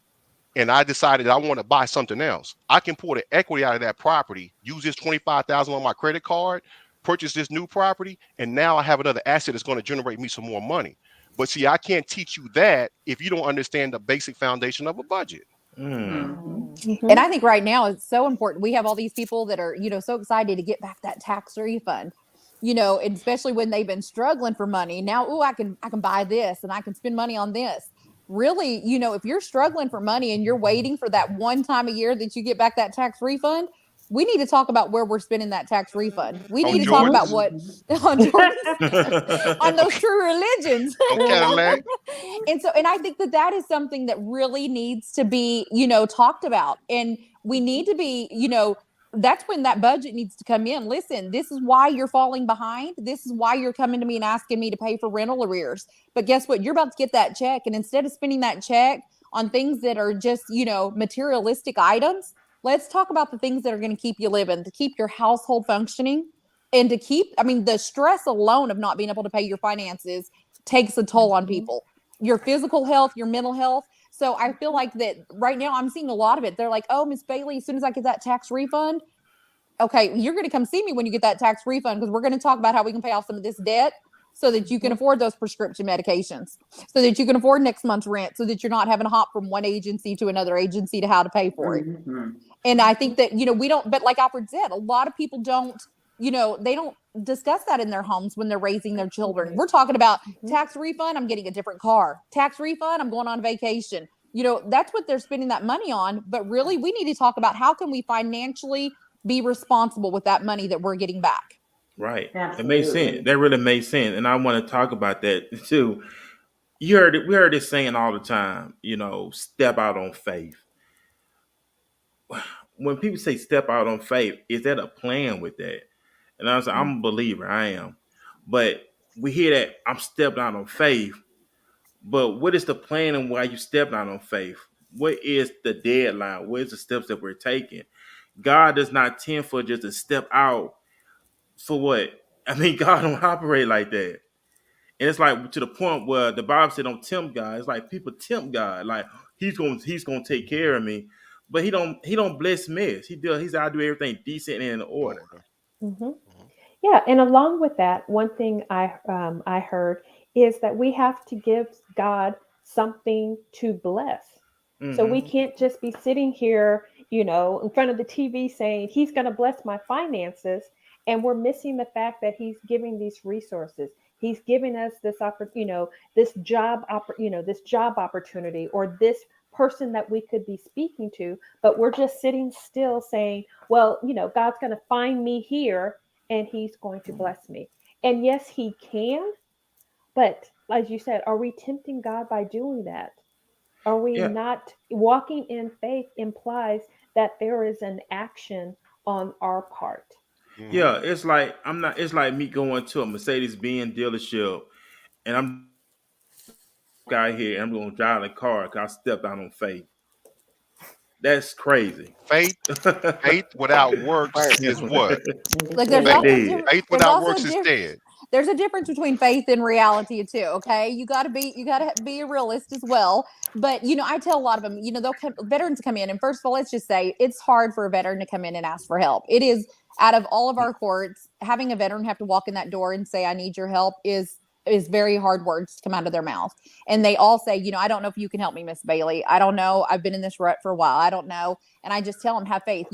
First of all, you made the biggest step when you decided to walk through that door. That was that right there. We've passed the hurdle of what was hard. Okay. Because now you're here and I'm not giving up. Okay. But the next thing is just telling them, I sit down and talk to them, when you were serving, especially when they start to share those stories with me, and I tell them, when you were serving, you thought that was the worst time. When you were having to see, your brothers in arms, being shot at, that was so hard on you. And you didn't think you were going to make it through it at times. But here you are in front of me today. Right now, you think this is the hardest thing that you're going through, having to live on the streets or going hungry. But I'm telling you, we're going to work through it and you're going to survive it too. And, and it's about, sometimes they just need somebody that believes in them just to help get them through that faith part. Having somebody who says, I will answer the phone if you call because you're feeling suicidal, and that's a big step too. A lot, there's so many people don't take it serious. They say, oh, if somebody talks about it, they're not actually going to do it. If you're talking about it, I'm taking it serious because there's at some point in your moment that you thought about it, or you would not even have brought that up to me. So when that phone rings at midnight, I'm answering that phone. When you send me that text message telling me you're giving up, you better believe I'm answering and I'm calling you back telling you not today, you're not, and so I think that you have to know that there are good people out there. There are people that are passionate about helping you. And the biggest thing is being humble. Swallowing that ego sometimes is a hard thing to do, but until you can learn to do that, you're not going to truly fully advance. And one of the great things about our courts, whether it's the, specialty courts or the community courts, is we don't take money from our defendants. We have them do, in lieu of paying their fines, they get to do community service. Do you know how many individuals, are like, I'm not doing community service? Well, guess what? We're not going out picking up trash in the middle of the highway. We're giving back to our community. We're going out there to help prevent the elderly or disabled from getting additional citations from code because they're unable to. And do you know how many defendants come back and say, even when they finished all their recommendations, and they say, I really enjoyed giving back. How else can I continue to help? They want to continue to volunteer. And sometimes it's about just helping those people realize they are important. Their actions, their attendance, that matters. It makes a difference. And some of them just find that that's their purpose now. Their purpose is to give back to others. And that opens up so many additional doors for them. So I think it's just, we need to keep an open mind. We are so, we want things a certain way. And sometimes we're not willing to see the whole picture. I And agree. and I'm what Alfred was saying earlier about the budget. Do they realize that millionaires and billionaires operate on a budget? Yes. Mm-hmm. What I the, tell them that. You have to tell them. You have to tell them when we talk about the budget, right? And I want to talk about what you talked about as well, Desiree, with ego, edging God out, right? When you talk about the budget or you're talking about helping, they have to understand what help really looks like, right? You have to, and I think during that process when I'm helping them, I'm showing them that my help, the way I'm helping you, probably has never been like any other help you ever received before because I'm taking a vested interest in your case. I want to be able to tell your story. I want to be able to understand the why, right? And if they don't understand what the why is, I say you have to have a why for everything you're doing, right? You need a budget. Why? So I can see where my money's going, right? And then if I can see where my money going, I can see where I'm going to be short at. If I can see where I'm going to be short at, I can see that I'm not making enough money. If I'm not making enough money, I can see that I need another job. If I need another job, do I need the $12 job? Do I need the $15 job? Or do I need to get out of this business that I'm in and find me something else? And you talked about stepping out on faith, right? Stepping out on faith, you just can't step out there and say, God's going to take care of me. You have to have some work behind right? that. Most Stepping out definitely. on faith without work is dead. So you have to put some work in. And when you can explain to them, like for myself, and I think one of the reasons why Ray chose me for West Dallas, I grew up in West Dallas. I grew up in the projects. I used to live right there in that community. I came from an impoverished community. And so my peers and people that see me now, and I always tell them this, I say, you see me in my glory, but you don't know my story. Right. And so when I start to dig into that story and start to tell them about the hardships I had as a child growing up and how my life was growing up, they look at me and say, I would have never thought that for you. Right. And so we talk about the ego. humble yourself. If my people who are called by my My name, name. right, would Humble humble themselves, themselves. right? You Right. have to humble yourself so that ego, let the ego go. The ego comes from edging God out. When you edge God out of your life and you say, I got this and I'm going to do it, he says, okay, show me. And then here you are saying, I need some resources. And we say, oh, here's the resources right here. He's like, man, I don't want that. And it's like, okay, you edge God out of your life, right?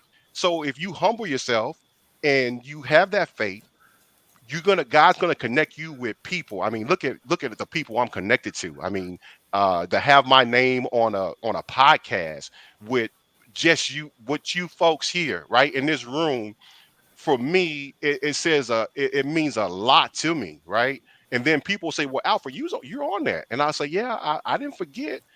God still told me that I'm in the group, right?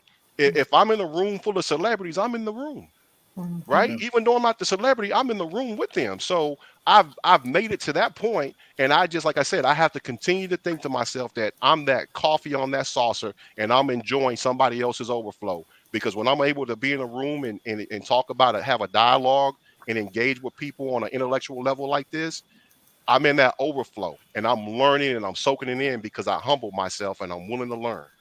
That's it. And I just talk about the budget. Speaking on the budget, of course, everybody know I'm a Cowboys fan. I always been a Dallas Cowboy fan.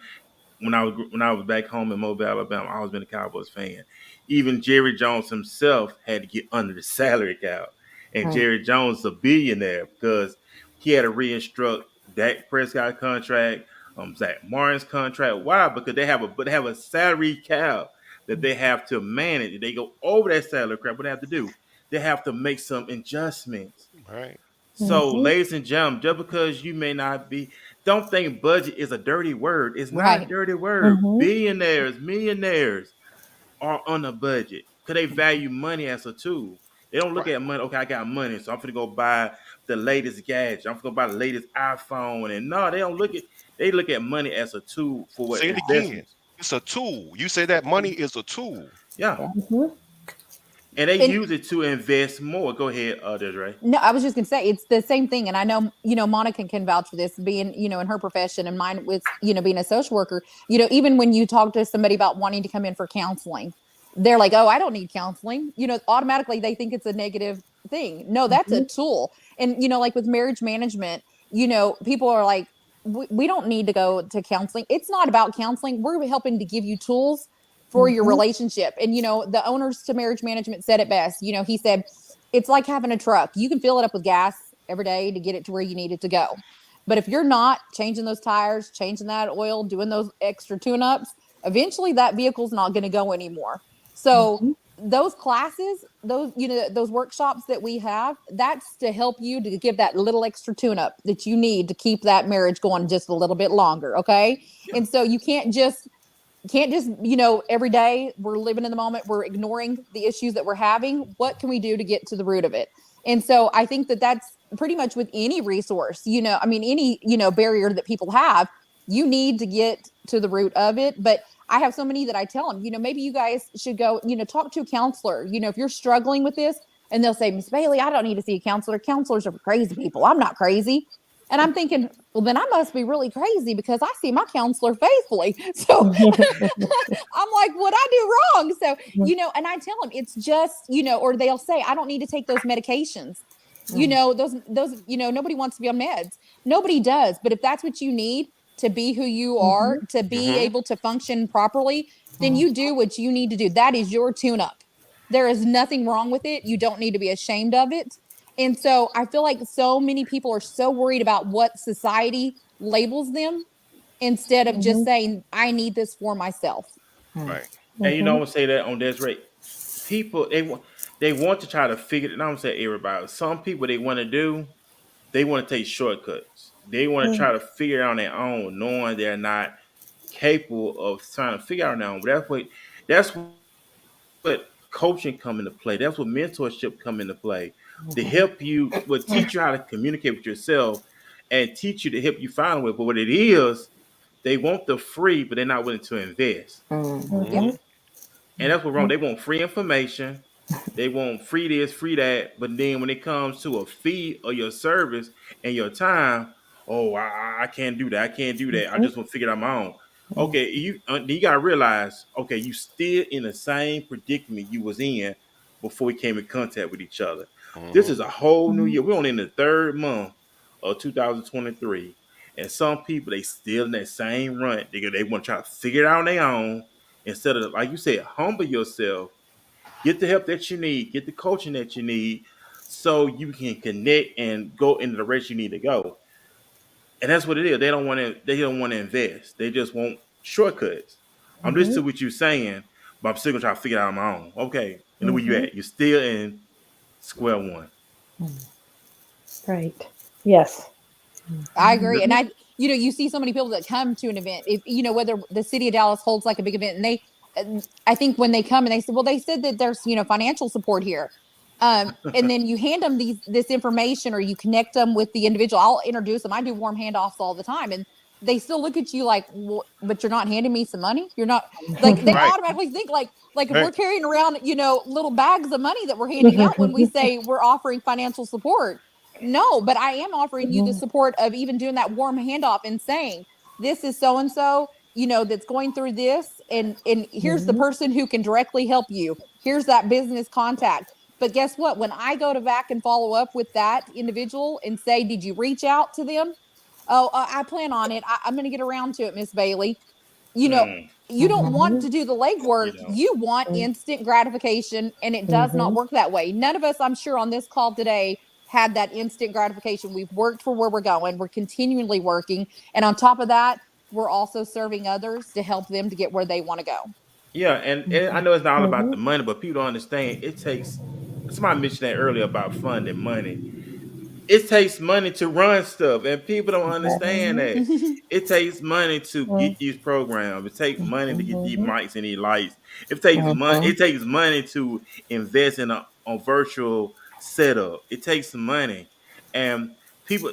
I heard a friend of mine say about scared money don't make money, and I'm Hmm. not. I don't want anybody to say, "Oh, they talking about money. They trying to make money." No, scared Mhm. money don't make money. If you scared to invest your money, that's all you're gonna get. You're not gonna get nothing in return. Mhm. And it's like they want handouts. Like, and I after you mentioned that earlier about the handicap, that's true. Some people are handicapped.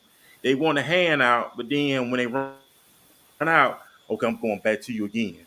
Right. Mhm. You have not learned anything. You Mhm. handicapped. I've taught you to where you when you have a problem to call, pick up the phone, call mom, pick up the phone, call dad, pick up the Mhm. phone and call my cousin, right? And that's what we're teaching them. And so when we try to teach them to turn that around and say, hey, you can do this on your own, a lot of them don't want to do the work.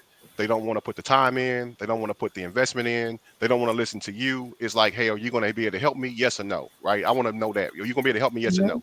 Well, I'm trying to help you. But if you don't want that type of help, then yeah, I can give you the money. Here it is. And I'm guaranteeing, I'm not telling them this, but I know the next month they're gonna be calling me back. And when they call me back, I'm gonna say, hey, last month I helped you, right? So why are we back again?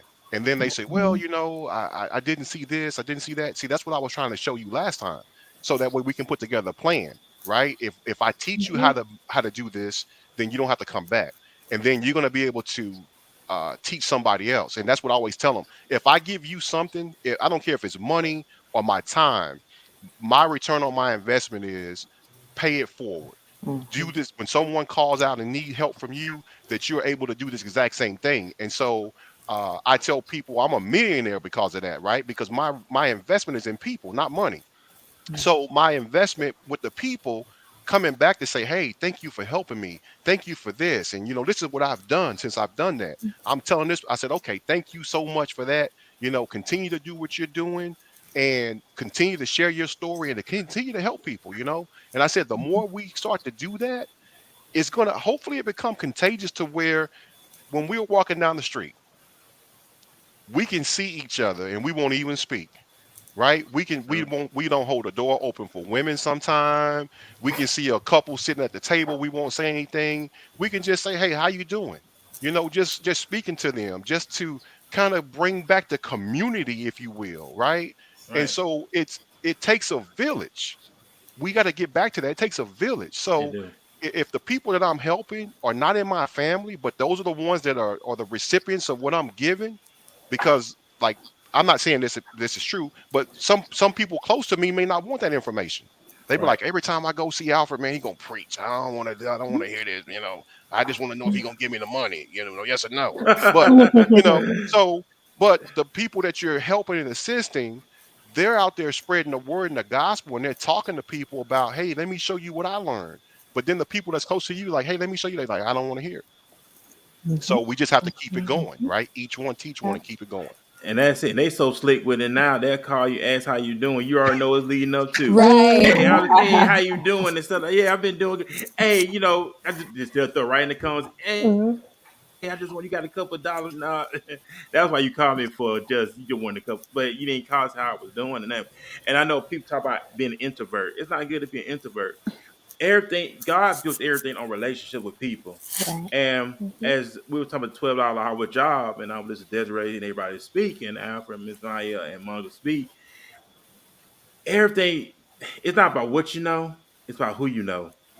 Everything comes by relationship, and I think Yes. Desiree, you mentioned that somebody can see your work ethic and offer you 10 times better what you're doing now.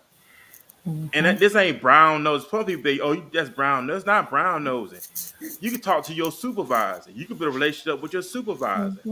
And your supervisor could be the person next. Your supervisor could be the person to unlock the key to your next destination. Yes. Yes. Right. You 100%. say that. I believe that because there's a colleague of mine. He told me about Empower, right? He said, hey, you need to go to Mm-hmm. Empower. And he talked to me months about going to Empower. And I had my own thing going. I like you said earlier, I'm in my calling, I'm doing my thing. This is what I was called to do. And he said, no, man, you need to go check out Empower.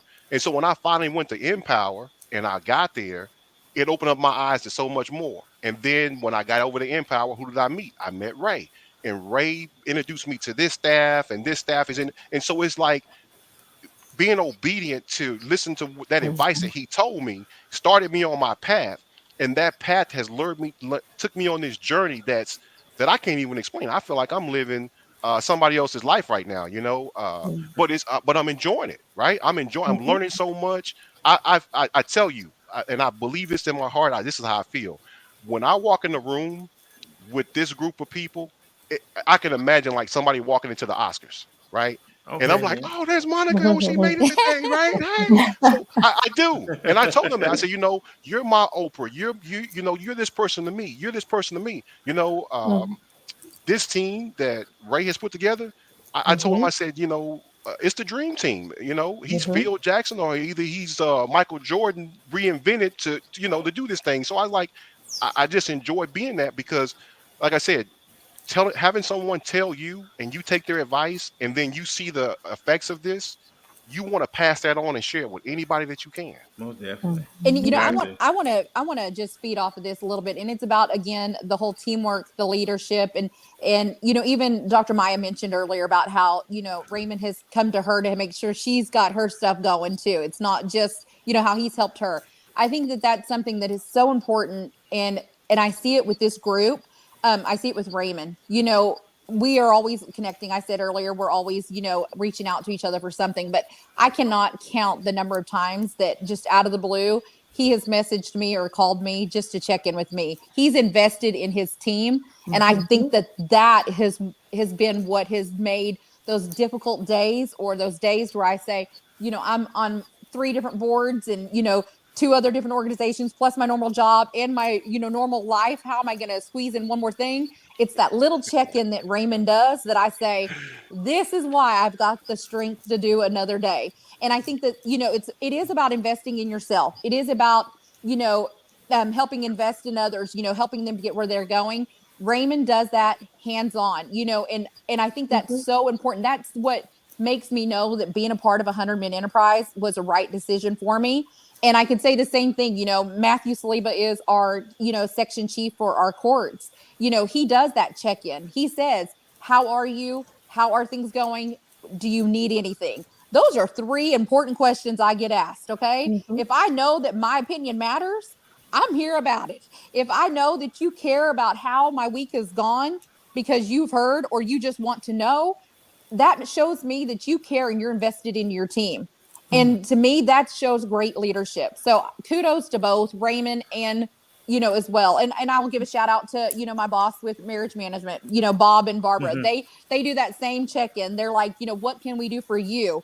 And I feel silly sometimes because I'm like, nothing. I mean, hey, I'm good. And so, but and they ask it so often. I'm like, $1 million? I don't know. What can you do for me? So, but that's important. That's important to having a good team.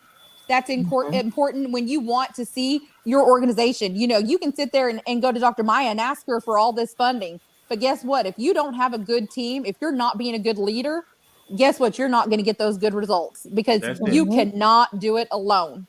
Mhm. Period. You can't. And That's then I so just want to say true. what people forget, what people look at in organizations, and not just your job. It's two things a couple things they look for. The major thing they look for is your leadership ability and to take the initiative. Right. Mhm. Yes. It's like people love a person who takes the initiative.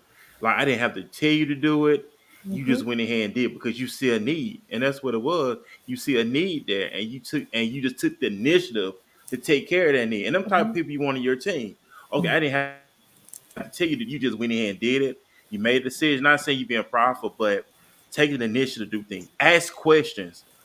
Being a student of the game. That's why you mentioned Michael Jordan and how Jordan was so ready to win. And before Phil Jackson came in, you had Doug Collins. Doug Collins coached Mike in the 80s.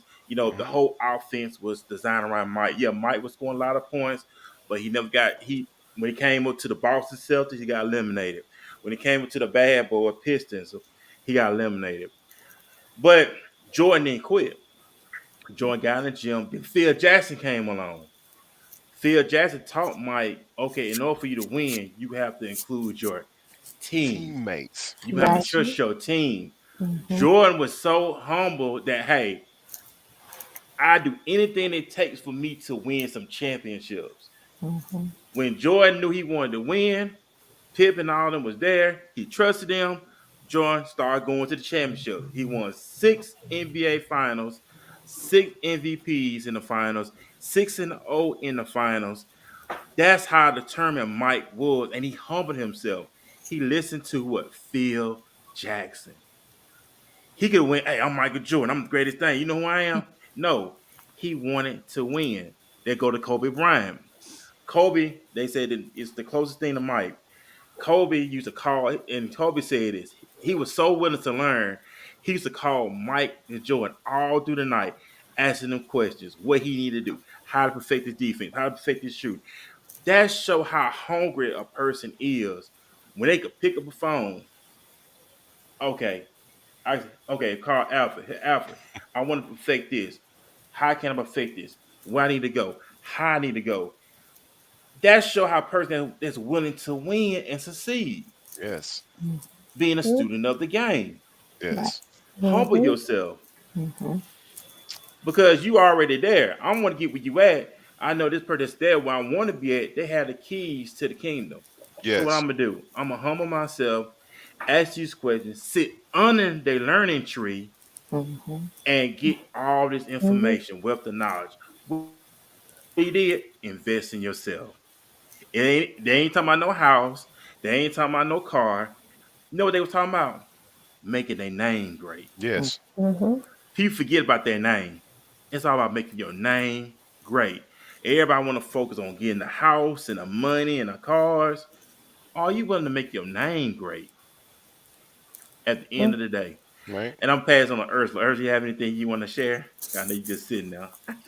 No, this is all good dialogue. I'm just listening and taking it in, and everything that we're discussing as far as the budgeting and just, the mission and the going out there and just making others great. I'm all a part, like I say, as a housing counselor, I'm on the front line every single day in the counseling Mhm. sessions. And like you say, Desiree, they don't want the knowledge. They just want you to drop some money on them. So Mhm. I definitely get it. I understand, but we still, if one person's not going to listen, we have to move on to the next person. Somebody eventually is going to get it. Oh Mhm. yeah, Yes. that's why the Bible said it is. That's why Jesus said it is. If any man sows there to Father, he didn't say every man. If any man. So it's a choice, a decision you have to make. That's why he didn't include everybody and everything. If, and you just said that, Ursula, you have to be willing. So that's going to be if. Because everybody, some people not willing. Some are, some Mm-hmm. not. So don't waste nobody's time. I mean, I agree with that. Don't waste people's time. Well, you can look at it this. I look at it this way. Um, you have those that don't know, and they don't know, right? And but they're willing to learn. You can teach that person. You Oh have yeah. those that don't know, but they think they know, right? And so every time you try to tell them something, they already tell you, "I know." So the scripture says that well, I don't say the scripture, but the passage say this person is a fool, right? And then you have those Hmm. that know, and they know that they know. They say this person is a wise person. He shall teach, right? So if you're either a teacher or a student, but if you talked about Mm-hmm. being in this game, right? We're always in one of those roles. You're either a teacher or a student. Right. Because as a teacher, when the student is ready to learn, a teacher will appear. So if you Mm-hmm. think about that for yourself, when you're ready to learn something, somebody's going to teach it to you, life, or somebody's going to show you that lesson, right? And Right. so if you're always open and willing to learn, and you're constantly learning and evolving, and you're constantly teaching and learning, and teaching and learning, and teaching and learning, those are those people who fall into the category who don't think that they know. Right. Because just because I think I'm a master at something and someone else wants to share and bring that information, I may learn something, right? Like I tell Mm-hmm. people, I can learn something from a 3-year old, 4-year old, 5-year old, 20-year old every day. So if, as long as you're willing to learn and you don't have that closed mindset, you can prosper. But like you said, that's what the Bible talks about if, Hmm. right? Mm-hmm. Right. If. So you have to put that action out there. You have to put some work in. So you when you talk about investing, invest in yourself on those attributes, and then everything else will come. I think everything else will follow. It's That's like seeking ye first the kingdom of God and his Right. righteousness, right? everything will be added to you. And then all Mm-hmm. these things will be added, And just to piggyback on what you were saying, Alfred, people don't. And also to piggyback on what you're saying, when you when you're a when I say franchise player, no matter where they go, they make everybody look good. right? And Mm-hmm. then if they know you the franchise player and you rub off on other people, gonna happen. The people that you associate with, the people on the outside, gonna give them jobs, gonna give them opportunity. 'Cause you Mm-hmm. know why? They are connected to you. Right. They say, okay, Desiree, Dr. Mya, Monica, Ursula, okay, they doing great things. And I see the people that connected to them. I can have those people part of my organization because I know the people they are connected with, they are doing great things. If that because that's how it does. Mm-hmm. Like I'm taking using sports for example. Like if you're a head coach and you the go-to coach, like Nick Saban, Alabama, Nick Saban's a go to me in Alabama coach Hmm. football. His coaches get jobs. Yes. You Mm-hmm. know why? Because they're associated with him. And Nick Saban win what national championships. So if these coaches connected to him, I know they're gonna make what my organization look good Mm-hmm. because they connected to him. Yes. Right. Mm-hmm. Yeah. It's all about connections. It really Exactly. is. And especially if you're working in an organization or you're trying to create an organization. It's all about, making that connection. When Raymond and I met up at the bank to cash our and deposit our first grant check, as we walked out, he said, "I'm so glad that I have someone like you on my team." And I said to him, everybody needs an Asbury on their team. And I Thank you. say that all the time. I say that to my build clients. I say that to my mastery prep clients because you need that person that's going to come into your team and bring something. Like Alfred said, what are you Mm-hmm. bringing to Mm-hmm. the table? Right. So the team that you surround yourself is equally as important as what you yourself are bringing to your Mm-hmm. organization. That's If I'm true. going out to do educational consulting or whatever, I have a team of ladies behind me that I'm like, my ladies can get your teachers to where they need to go. I can't teach in every classroom. That's not going to happen. When I'm at Right. Mastery Prep, I have 107 instructors that I oversee. And I know that each of them I've trained to go out and do exactly what I need them to do. And us as a Right. team for 100 men, we have to trust that everybody is bringing something to the table that's going to make a difference. But as we're doing that, we're connecting. I'm connecting Raymond with people that I know from Build. He's connecting me with people that he knows from Citibank. He's That's it. connected me with Alfred and Desiree and Monica. And Alfred has, Alfred will speak on anything. He is amazing. He introduced me to a water. This is right, Alfred, right? Yeah. Okay. He Yes. introduced me Yes. to this water company, and he was so passionate about this Black-owned water company that I'm gonna tell you something. That very day, I changed my business model because I met Alfred. I did not know Alfred, but the way Alfred spoke on this water, he had the card, he had the vision, he had the background. And I told my husband, now you as my business manager hadn't busted out with not one card. So we need to figure out how we can get like Alfred and get as passionate about build as Alfred was about that water. Hey, and that water was good. That Right. water is absolutely. I go around with the water and explain about the water just because of Alfred. It is really word of mouth how you can grow your Yes. business and how the Lord will bless you just for doing the right thing and not being. We're all introverted. I'm super introverted. I know nobody ever believes that, but it's really true. I'm super introverted, but I cannot be introverted about 100 men. I cannot be introverted about build consulting, and I cannot be introverted about mastery prep. Those are the things that I am, that the Lord has called me to. So I cannot be shy about that. I cannot, miss a blessing because of that. So Alfred might have, missed something if he had said, well, I don't really know Dr. Mya. She over here trying to mind her business and talk to us about the grant. I don't want to bust out with this water, but he did not hesitate. That is how you have to be with yourself, your talents, your business, and everything else to make yourself successful, and not just yourself, your whole organization, which is going to translate to your community. And let me add this about that water, right? This company, 1186, he gave me the water. He had gave me the spill, the background about the water, and I told him, I said, hey, I'm going to buy some. So I bought the water, and what I did is I bought the water and I gave it away for free because I believed in his company so much. I told him, I said, listen, this is what I'm going to do for you. I'm going to take your water. I'm going to give it to my colleagues and the people that I know for free. I bought $200 worth of water. I gave them all a case.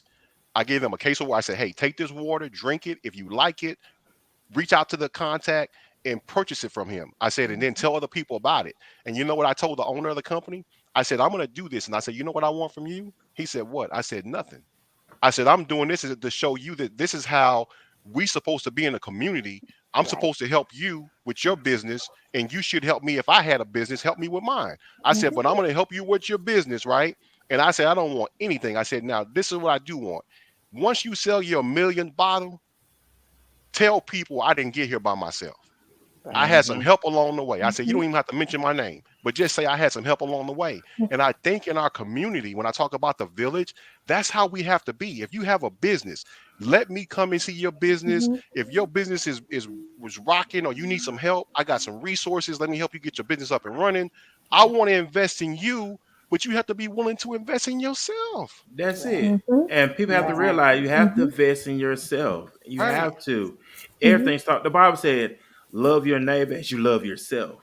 Right. If you're not loving yourself, how can you love your neighbor? You're not loving yourself. Right. And we have to love ourselves because we've been taught through the years, love everybody else, but then we forget to love ourselves. Right. You know, if you love yourself, oh, you self-centered, you are narc, all this other stuff, and we thought that was real bad. It's not bad. It's good. The Bible said, love your neighbor as you love yourself. If those that have been on a flight, they tell you that if the cabin experience a loss of pressure, Put that right, mask on you're yourself. gonna get these masks is gonna drop down. They say put your mask on first before you try to assist somebody else.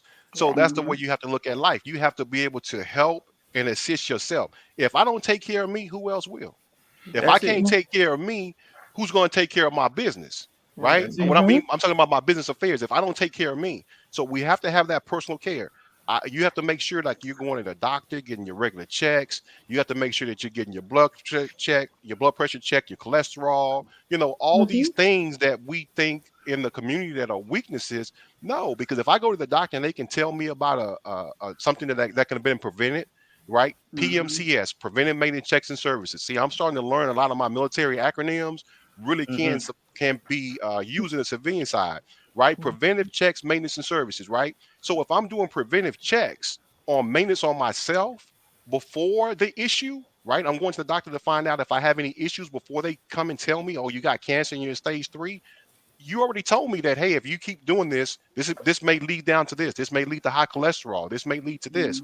Cut this out so that way I can take action. You have to do that in your life. You have to. I loved what Dr. Mya said too about saying everybody needed one of her. I believe that. I believe that you have to believe that about yourself. You need that positive reinforcement. You need to wake up every day and say, today I am the great person this world needs. Because if you are not putting that positive energy out there in the world, that's how can we get depressed. That's how can we get down on ourselves. The society has us so focused on the negatives that we often forget about anything positive going on. I know raising my kids growing up, my ex-husband would say, you're making them conceited. I said, no, I'm making them confident. I'm teaching them to build that self-confidence that they need so that when somebody does come at them insulting, they know that they can stand that, and I think that, that's so important that we are teaching our kids that, teaching the young men. And I think that's something that 100 Men is wanting to do. We're wanting to be good mentors for these younger men in our community, preventing them from the things that we're seeing later on.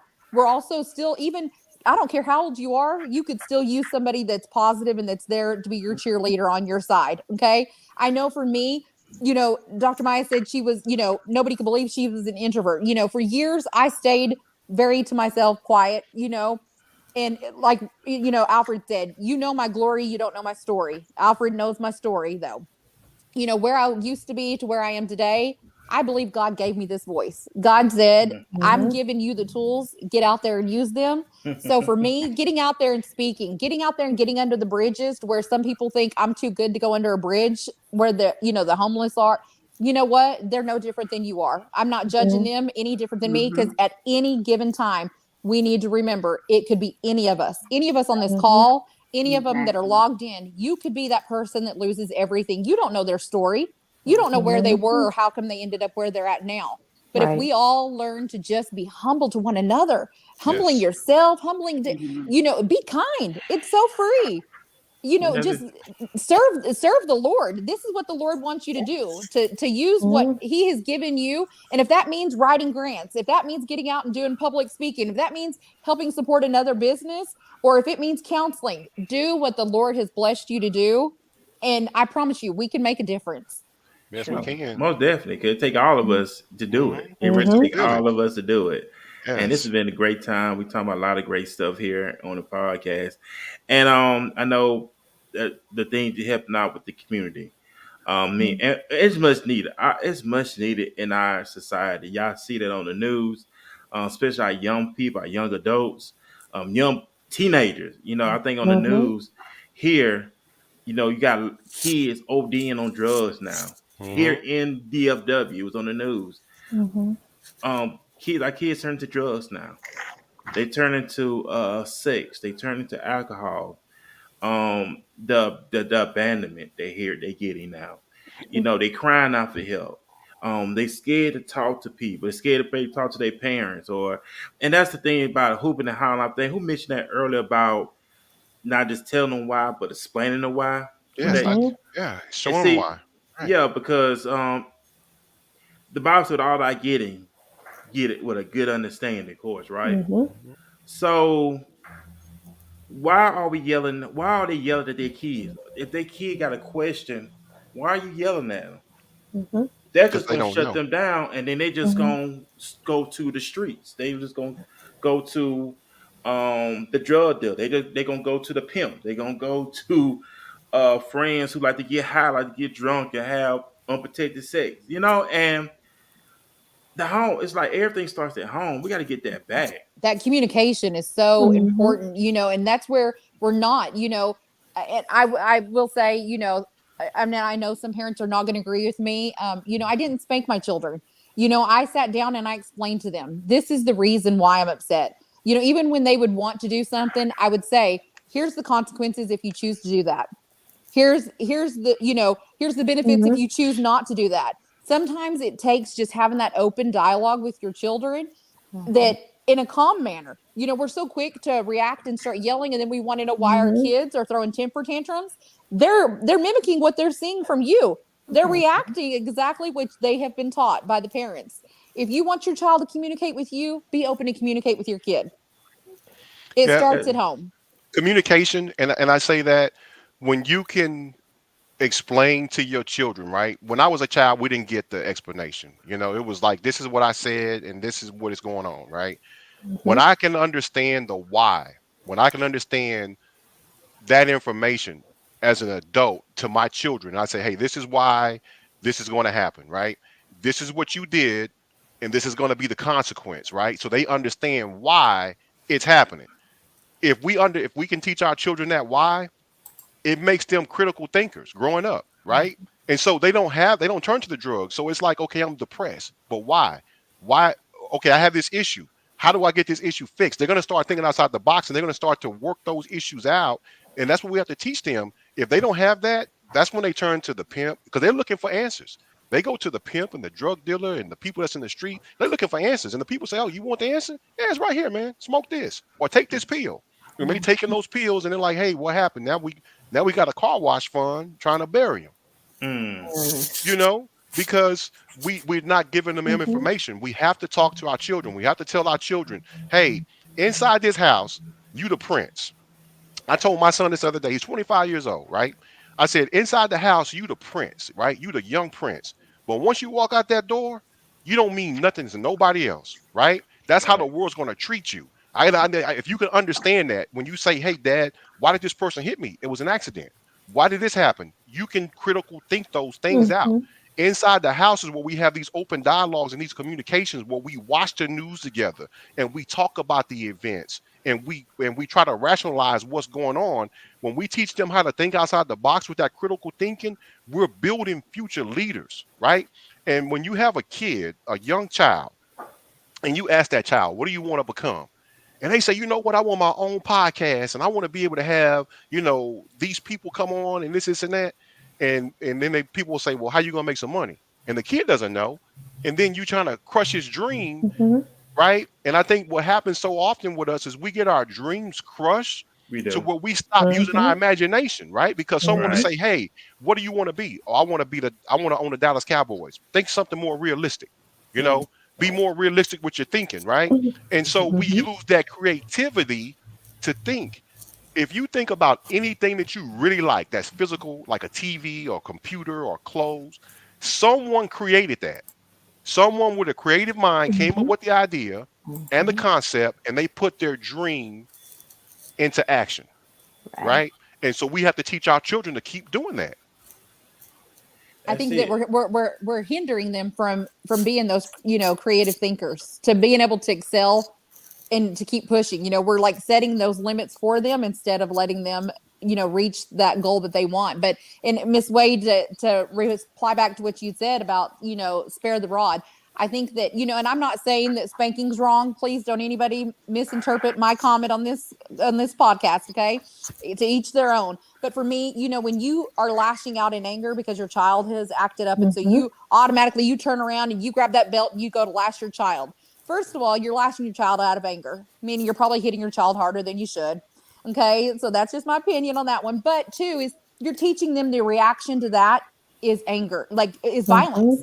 You're teaching them violence instead of, maybe sit down and have a conversation, cool down and handle it in a different way. I can promise you, taking away my son's Xboxes did a lot more thinking for them than it would have if I would have lashed out at them. Every time they got up to go in there and play that Xbox and it was no longer in there, they had to remember exactly why they lost that Xbox. I just take the power cord. And so, but it's, you want to know why we have violence as a natural reaction to something when somebody angers you. You taught that. We're teaching that in our homes. We're teaching that in school districts, And so I think that, and I'm, again, please don't anybody that disagrees think that I'm anti anything. I am not. But, I just want people to stop and think about, where do these root issues come from? Right. And sometimes it is because of how we as the adults have reacted and what those children are learning. And I think that that's what we are trying to do here, is we as a team are trying to be a good, to be good mentors for our community, so that hopefully we can lead these others to want to follow our footsteps when we're finished doing our job. And you know what, Desiree, you're not saying anything wrong. What you're doing is, and people realize, you're teaching your children about decisions. Mm-hmm. That's what you're doing. It's like I'm using. I heard a preacher say this a few years, well, a few years back. Let's say, okay, if your child, let's say your child go out, go steal. He said he was not going down there to go get his child. He wanted his child to learn a lesson. So I'm not gonna put any money on your books. First of all, they give you three hot meals. They give you three meals. You got a bed and everything else. I would check on you, but I'm not gonna reward you for your behavior. Right. So he said eventually his child would think, okay, he ain't playing. So now I gotta make a decision. Either I'm gonna stay here, get my life together, and get out, so I won't do the same thing again. So I agree with you saying because you're teaching them about decision making. Okay, Mm-hmm. mama did this. She's not playing. Oh crap. Oh snap. That was some kick off in them. Okay, you know what? I need to start doing right. I need to start doing better. And you're not babying them or you're not rewarding them. That's what people do. They reward bad behavior. Mm-hmm. And I That's think why. Go ahead. so, even like, so when it comes to raising my kids, which having that trust and open communication where they felt comfortable enough to come to me as well, was so important, for especially being a single mom. And so when they would say so and so's having a party, mom, my first question is alcohol going to be there? And the reality of it is, guess what? We were all teens. I'm sure we all went to parties ourselves when we were underage where there was alcohol, right? I know that that's a reality, that's something that my sons were going to be, faced with. So I would tell them, here's the deal. You can go to that party, but I want you to know if that party gets caught, if you get busted at that party, this is the consequences of you making that decision. Or you could choose not to go to that party, which would be the decision I would want you to make to prevent from this and this, because this is how it's going to affect you in your sports at school. This is how it would affect you as far as a criminal record goes. And I can tell you 99% of the time, my sons were smart enough to make that right decision. And it was just about that open dialogue. And I would tell them, don't call me if the cops come, because I'm not going to come down. You knew ahead of time. We discussed Exactly. this. Mm-hmm. But Yes. you know what? And I think another way of saying the same thing is we're also talking about consequences and accountability for the Yes. choices that we make. Yes. Thank you, Monica. Yeah, so it's nothing wrong with at all what you did because I'm not a parent. I don't have any children, but I thank God for my parents. Parents are to prepare their children for life. It's not the school system. They think Mm-hmm. it's the school system to prepare your child for life. No, that's the parents. Only thing the school provide education is math, science, social studies, stuff like that. But parents are to prepare their children for life. But eventually they're only at home temporarily. They're not Right. gonna be at home forever. So you have Mm-hmm. to prepare them now. Okay, when you get out, you got responsibilities. You got to get a job. You got to pay bills. You got to be responsible. That stuff plays a role in parents. Parents pay their children for life. And I think a lot of times they forget that. They think your child not gonna be small forever. They gonna get older, and you can't be baby. Especially, I hate it for some of these young guys. Some of these young guys don't have a male in their life. They thank God. I mean, they can learn from mom. Don't get me wrong, but they can't. Mom can't teach them how to be a man. Right. She can show you certain things, but then it's like now, okay, I'm gonna run back to mom. Okay, then some moms like they baby them. Like, no, son, you up the age now. You need to be a man and handle your business. That makes sense what I'm saying. It Right. Because Yes. does. some of them they so handicapped now. Some of them they look for a woman to take care of them. I'm just gonna put it out there. They look for a woman. And I see this, and I work in the system. I work in the jail system. Some of these young guys, they depend on a woman to take care of them. Hmm. And some of these women take care of them. They think that's being a man. Right. She take care of me. They're looking for another mama. They And that's what's going on. They look for another mama, like I'm, Right. and she's working two full-time jobs. He not working nowhere. He laid up all day, taking her car, drop her off. playing They games. all he got, and then he think that I'm the man. She takes care of me. That's not being a man. He on the PlayStation all day Mm. at home while she at work, and And he this, got her car, dropped her off at work, so she can't come home right when she wants to, Mm-hmm. because then he got to go pick her up. You know, Mm-hmm. those things right there, right? So like you said, I grew up in a single parent home. I did, and there were other men that were available, right? And not all the men that all the men were bad and all the men were good. So you have to pick and choose, and you have to make a decision. So at the end of the day, I tell people, in spite of my living conditions, in spite of everything that I went through as a child growing up, and people that know my story know the story, in spite of all that, when I was doing prison ministry, I would tell the guard, I would tell the prisoners in there, I would say, hey, we would share stories, and our stories would be similar. The parents not there, foster care, all this stuff. And I would tell them, I say, you know what? But in spite of all those things that you just named, I use those as motivational things to not come to prison. I use those as things because I didn't have parents at school when other kids came. Dr. Maya, if you were to go to your kid's school or talk or someone had you at the school, I didn't have that, right? And so I felt some kind of way when kids were like, oh yeah, my father's going to come in and he's going to talk to us about what he does at his job. Well, I didn't have a daddy coming to school to talk about what he did at his job. Mhm. But in spite of those things, I said, you know what? I want to be a father one day, and I want to be able to come into my kid's son's school and talk to the class, and I want to be able to do these things. And just writing that in the back of my brain housing group, if you will, you put that out in the atmosphere, and eventually it comes true. It comes true. So you talk Mhm. about having a plan. Actually, back in it earlier, you talk about having a plan. You have to plan out what you want. You have to say Mhm. what you want. You have to put a Mhm. plan into action. And when you talk about stepping out on faith, yeah, you're stepping out on faith, but you have a plan, right? This is the plan. I'm stepping out on faith. This is the plan. If the plan doesn't work, I know it's on faith. God's going to connect me somewhere with that missing link. Mhm. And the plan may not go according to plan. It may swing, but eventually I'm going to be on the same horizon that the plan is on, but it may come later. Mhm. I may have to go through some different doors to get to that plan, right? And so Mhm. that's how I think I got here with 100 men. I went through some different doors, and I'm here. And like you said, I stepped out on faith. I had what I thought was my business. I was doing my job, what I thought was my business, and I thought was, my calling. And God moved me from that and moved me to where I'm at now. And I still have the business.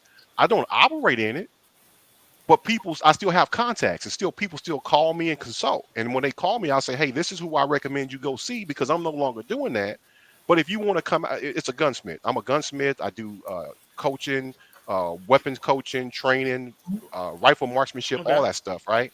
So I don't really get, because the nights and weekends I was working for peanuts in my passion, and then I started to come over here where I volunteer, and it's crazy. It's like, how do you make more money volunteering than you did working, right? And people say, well, how Mhm. do you do that? Well, my contacts change and my job changed. So because my network changed and my contacts changed, the job that I was doing, I'm no longer doing. I move into a better position. So now I got a job where I work Monday through Friday, no nights and weekends. I get paid more money. And it's like, okay, that what used to be my dream with the gun stuff. It's like, yeah, that's a hobby now. I can still do Mhm. that. I can still train people. I can still coach and teach. But my passion is more doing what we're doing here with the 100 men. Man. I agree with Alfred on that so much. And I've definitely been offered other positions to make more than what I do with the city. And but when you get to see somebody come in that says, I've got warrants out, and a good example, I had a gentleman who's had 4 warrants for 12 years, and he just finished the program, and it was a struggle getting him to come into the program. But then for him to even stay in the program, he was one of those ones that would text me at 11 o'clock at night when he thought I was sleeping or my phone was off and say, Miss Bailey, I'm going to have to drop the program. I immediately would call him and say, no, sir, I told you, I'm not giving up on Mhm. you. You're not giving up on yourself.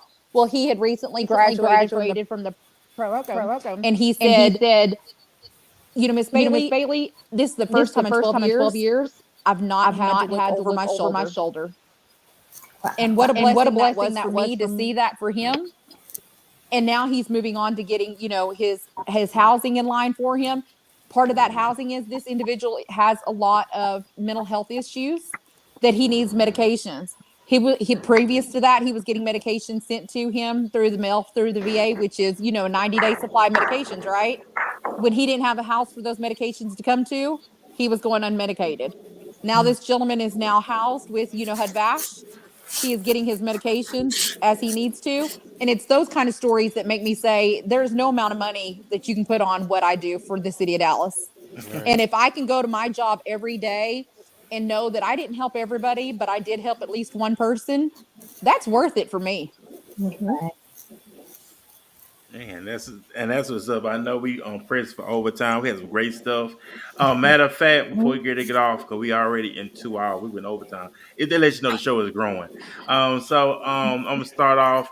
Desiree, put out how people can get in contact with you. How can they go ahead and plug in what you got going on? Then we're gonna go to Miss Okay. Mya, uh, Monica, Ursula, and then Alfred. So Desiree, go ahead and kick it off. Okay, so if you want to reach me for any citation reasons, whether it's community court, drug court, or veterans court, you can find me at 2111 South Corinth Street, and that's at the Dart Police Station courtroom. You can call me, and it's 214-422-3406. And so that's with the city of Dallas, or if you call any of the courts, they can direct you to me. If you're interested in any of the marriage management classes, you can go to marriagemanagement.org. Look on there. We have classes all over. We just did 2 classes in Hawaii. We have some coming up in New Jersey, and we have them all over Texas. So if you're interested in that, or you can also send me an email, give me a call, and I can send you the link if you're wanting more resources off of our Coffee and Community podcast for veteran services. And of Man, course, with 100 Men. and that's awesome. Dr. Mya, go ahead. Hi, if you would like to reach out to me for any types of services for grant writing or grant management or just systems creation or consulting for your educational organization, you can reach me at buildconsultinggroup.com. If you would like to send me an email, you can email me at info@buildconsultinggroup.com. You can also reach us through the 100men.net website and reach out, and we will get back to you. Thank you so much for having us today. No problem, no problem. Man, I thank y'all because y'all gave me and Ursula the opportunity to interview y'all. I thank y'all, and big shout out to Raymond Pitts as well because y'all believe in what we were doing. Y'all accepted it, and we thankful. I'm very thankful. Ursula as well, thankful is also. Miss Monica, Yeah. go ahead. Okay, so I am the owner of New Pathways Counseling, where we focus on helping people with their relationships, whether that's with friends, family, their partners, or even themselves. And so you can reach out to me if you need personal counseling. I'm also a speaker. I speak on family violence and relationships. You can reach me on Facebook at New Pathways TX, or at my website, which is newpathwaystx.com. And then you can also email me at therapist@npctx.com. And that's what's up. Ursula, go ahead. So you can reach Helping Others Prosper at helpingothersprosper.org. We specialize in life insurance and investments in Texas, Louisiana, and Alabama. Also, we do budget and credit counseling, prepaid legal services, identity protection, and of course, always spreading financial literacy throughout the U.S. Check out one of my 3 books on Amazon, Reconstruction 1 and 2, and my newest book, Budgeting for the Working Class, because we're definitely trying to get people into understanding their finances in 2023, right? Yes. Mm-hmm. Also, I have to put on my housing counseling hat and make an announcement. Texas Rent Relief will be opening up on March. I'm trying to take us back, y'all. They will be opening up March 14th through 28th. They're taking new applications. They have 96 million in emergency rental assistance funding to give out. So definitely tap in and do the applications as soon as possible. And Helping Others Prosper, like us on Facebook and Instagram. And thank you guys for joining us. And I go ahead, Alfred. Okay, thank you. Well, I'm going to give you my 100 men. I have Alfred at 100men .net or no .com. That's my email for 100 men. For those that I like I said, the gun training stuff, I just mentioned that I do it, but not really. I like to do it more for sport. I want to take this time to thank you for having us for this Mm-hmm. interview, for bringing me back with my team to see them on the screen. Even though we're not in the physical. presence, just that spiritual vibe I feel through here. I really enjoy being here today. I thank you for what you're doing. Thank you for the questions. We thank everybody for joining. And for those that do need any type of resource, or if you're looking to get involved, reach out to us at 100men.net. Mm-hmm. Put a contact sheet out. Reach out to us individually as well, and we look forward to working with anyone and helping you where we may be able to help you at. Right? Because what we believe is we're going to meet you where you are. Oh Yes. yeah, Mm-hmm. most Right. That's definitely. right. And Definitely we meet you where appreciate you are. y'all. Yes, Almost sir. definitely meet them right where they are. And like I said, don't be a stranger. Mm-hmm. Y'all welcome to come back on here anytime. As a group, if y'all want to do a solo, it don't matter. We welcome y'all back with open arms to talk about. We want to get some updates from y'all. Let us know what's going on with y'all. We love to bring y'all back on here to get some updates. And next time, we'd love to have Mr. Pitts on here with everybody. We're gonna have to do, we're gonna have to set this up again, Ursula, and it has to have Mr. Pitts on as Mm-hmm. well. To collab on this next time on this podcast episode. We're gonna be back here Tuesday night. Our next guest is Kelly Morgan. She's an R&B singer in Atlanta. She has opened up for Ashanti and she opened up for Ja Rule twice. She's gonna be on here Tuesday night here on the podcast about her music career. She's been featured on Steve Harvey, a lot of other places she's been featured on as well. So she's gonna be on here Tuesday night at 7 p.m. Because we know we prime time at 7 p.m. So it's going to be 7 p.m. Central, 8 p.m. Eastern, 5 p.m. Pacific. So that's going to be Tuesday night. Also, we're going to have Keisha Sanchez Wednesday night.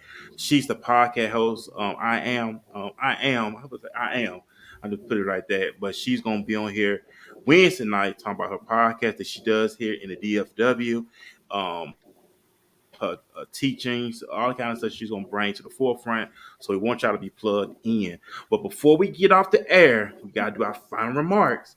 So we're gonna do it again. So Desiree, gonna kick it off with you. Do you have any final remarks for the listening audience here that's tuning in right now, and also tune in, watch the replay on YouTube, Twitter, Facebook Live. Also, the auto version will be on Apple Podcasts as well as Google Podcasts as well.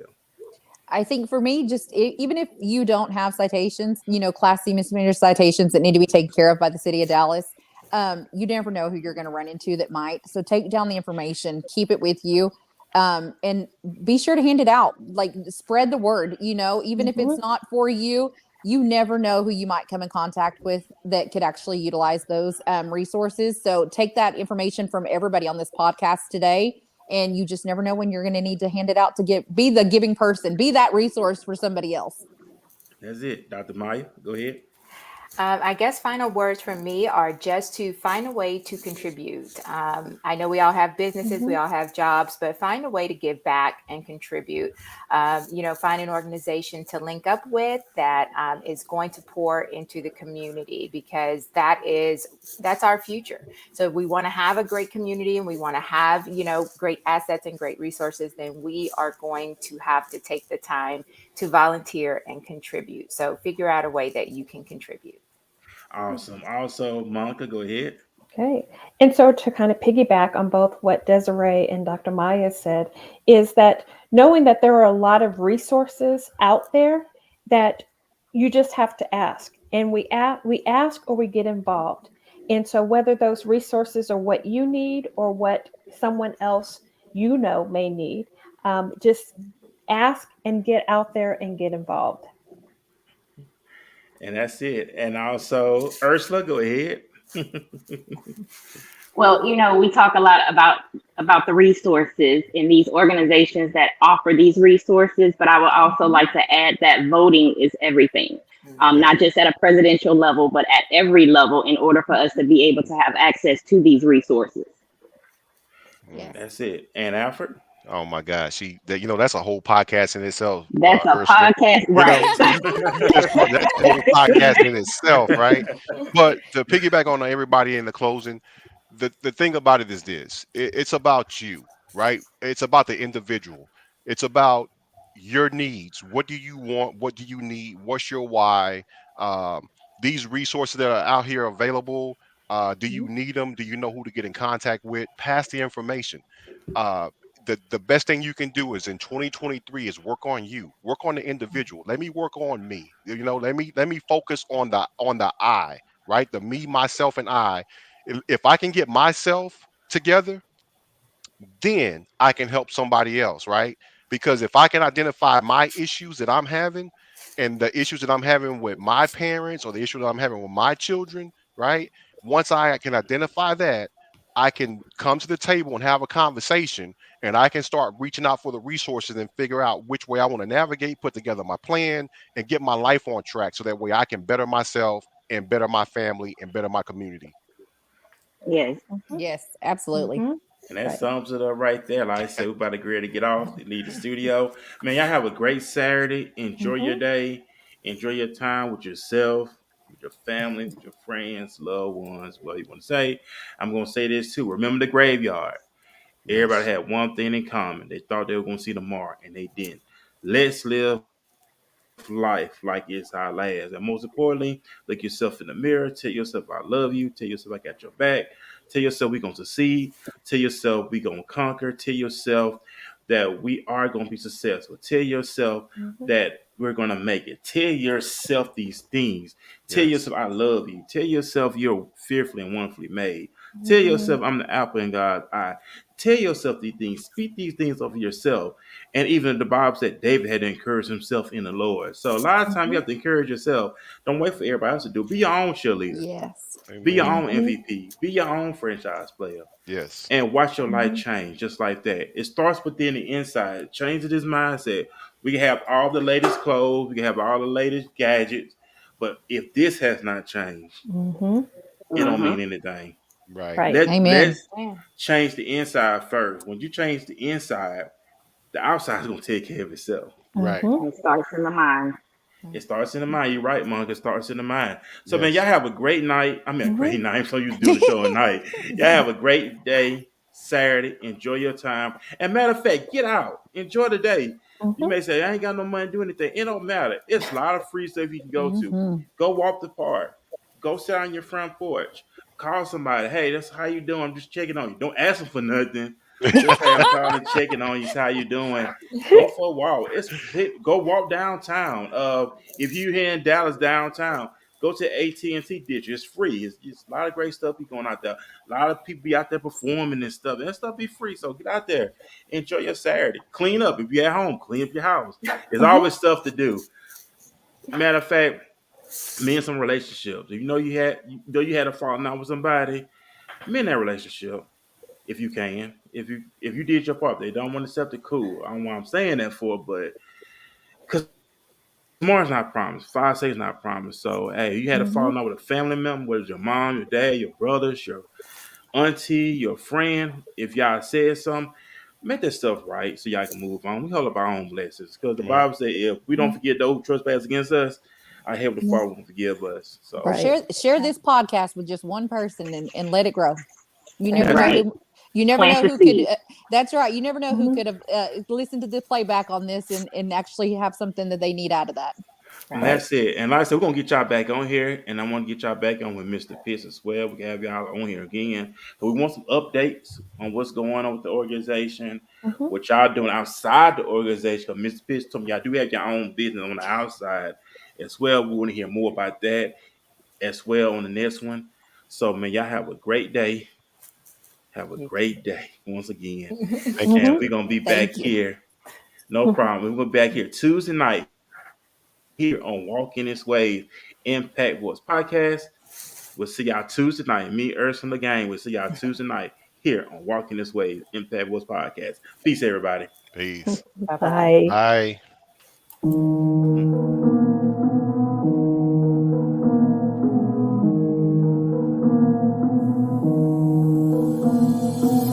Yeah, what's up with it? Do it cause I love it and I stuck with it. We ain't with the subbing in the cut with it. Please none of the talks, I heard enough of it. Like, what you gonna do? Where you at? Who you with? You ain't really about this, don't talk about it.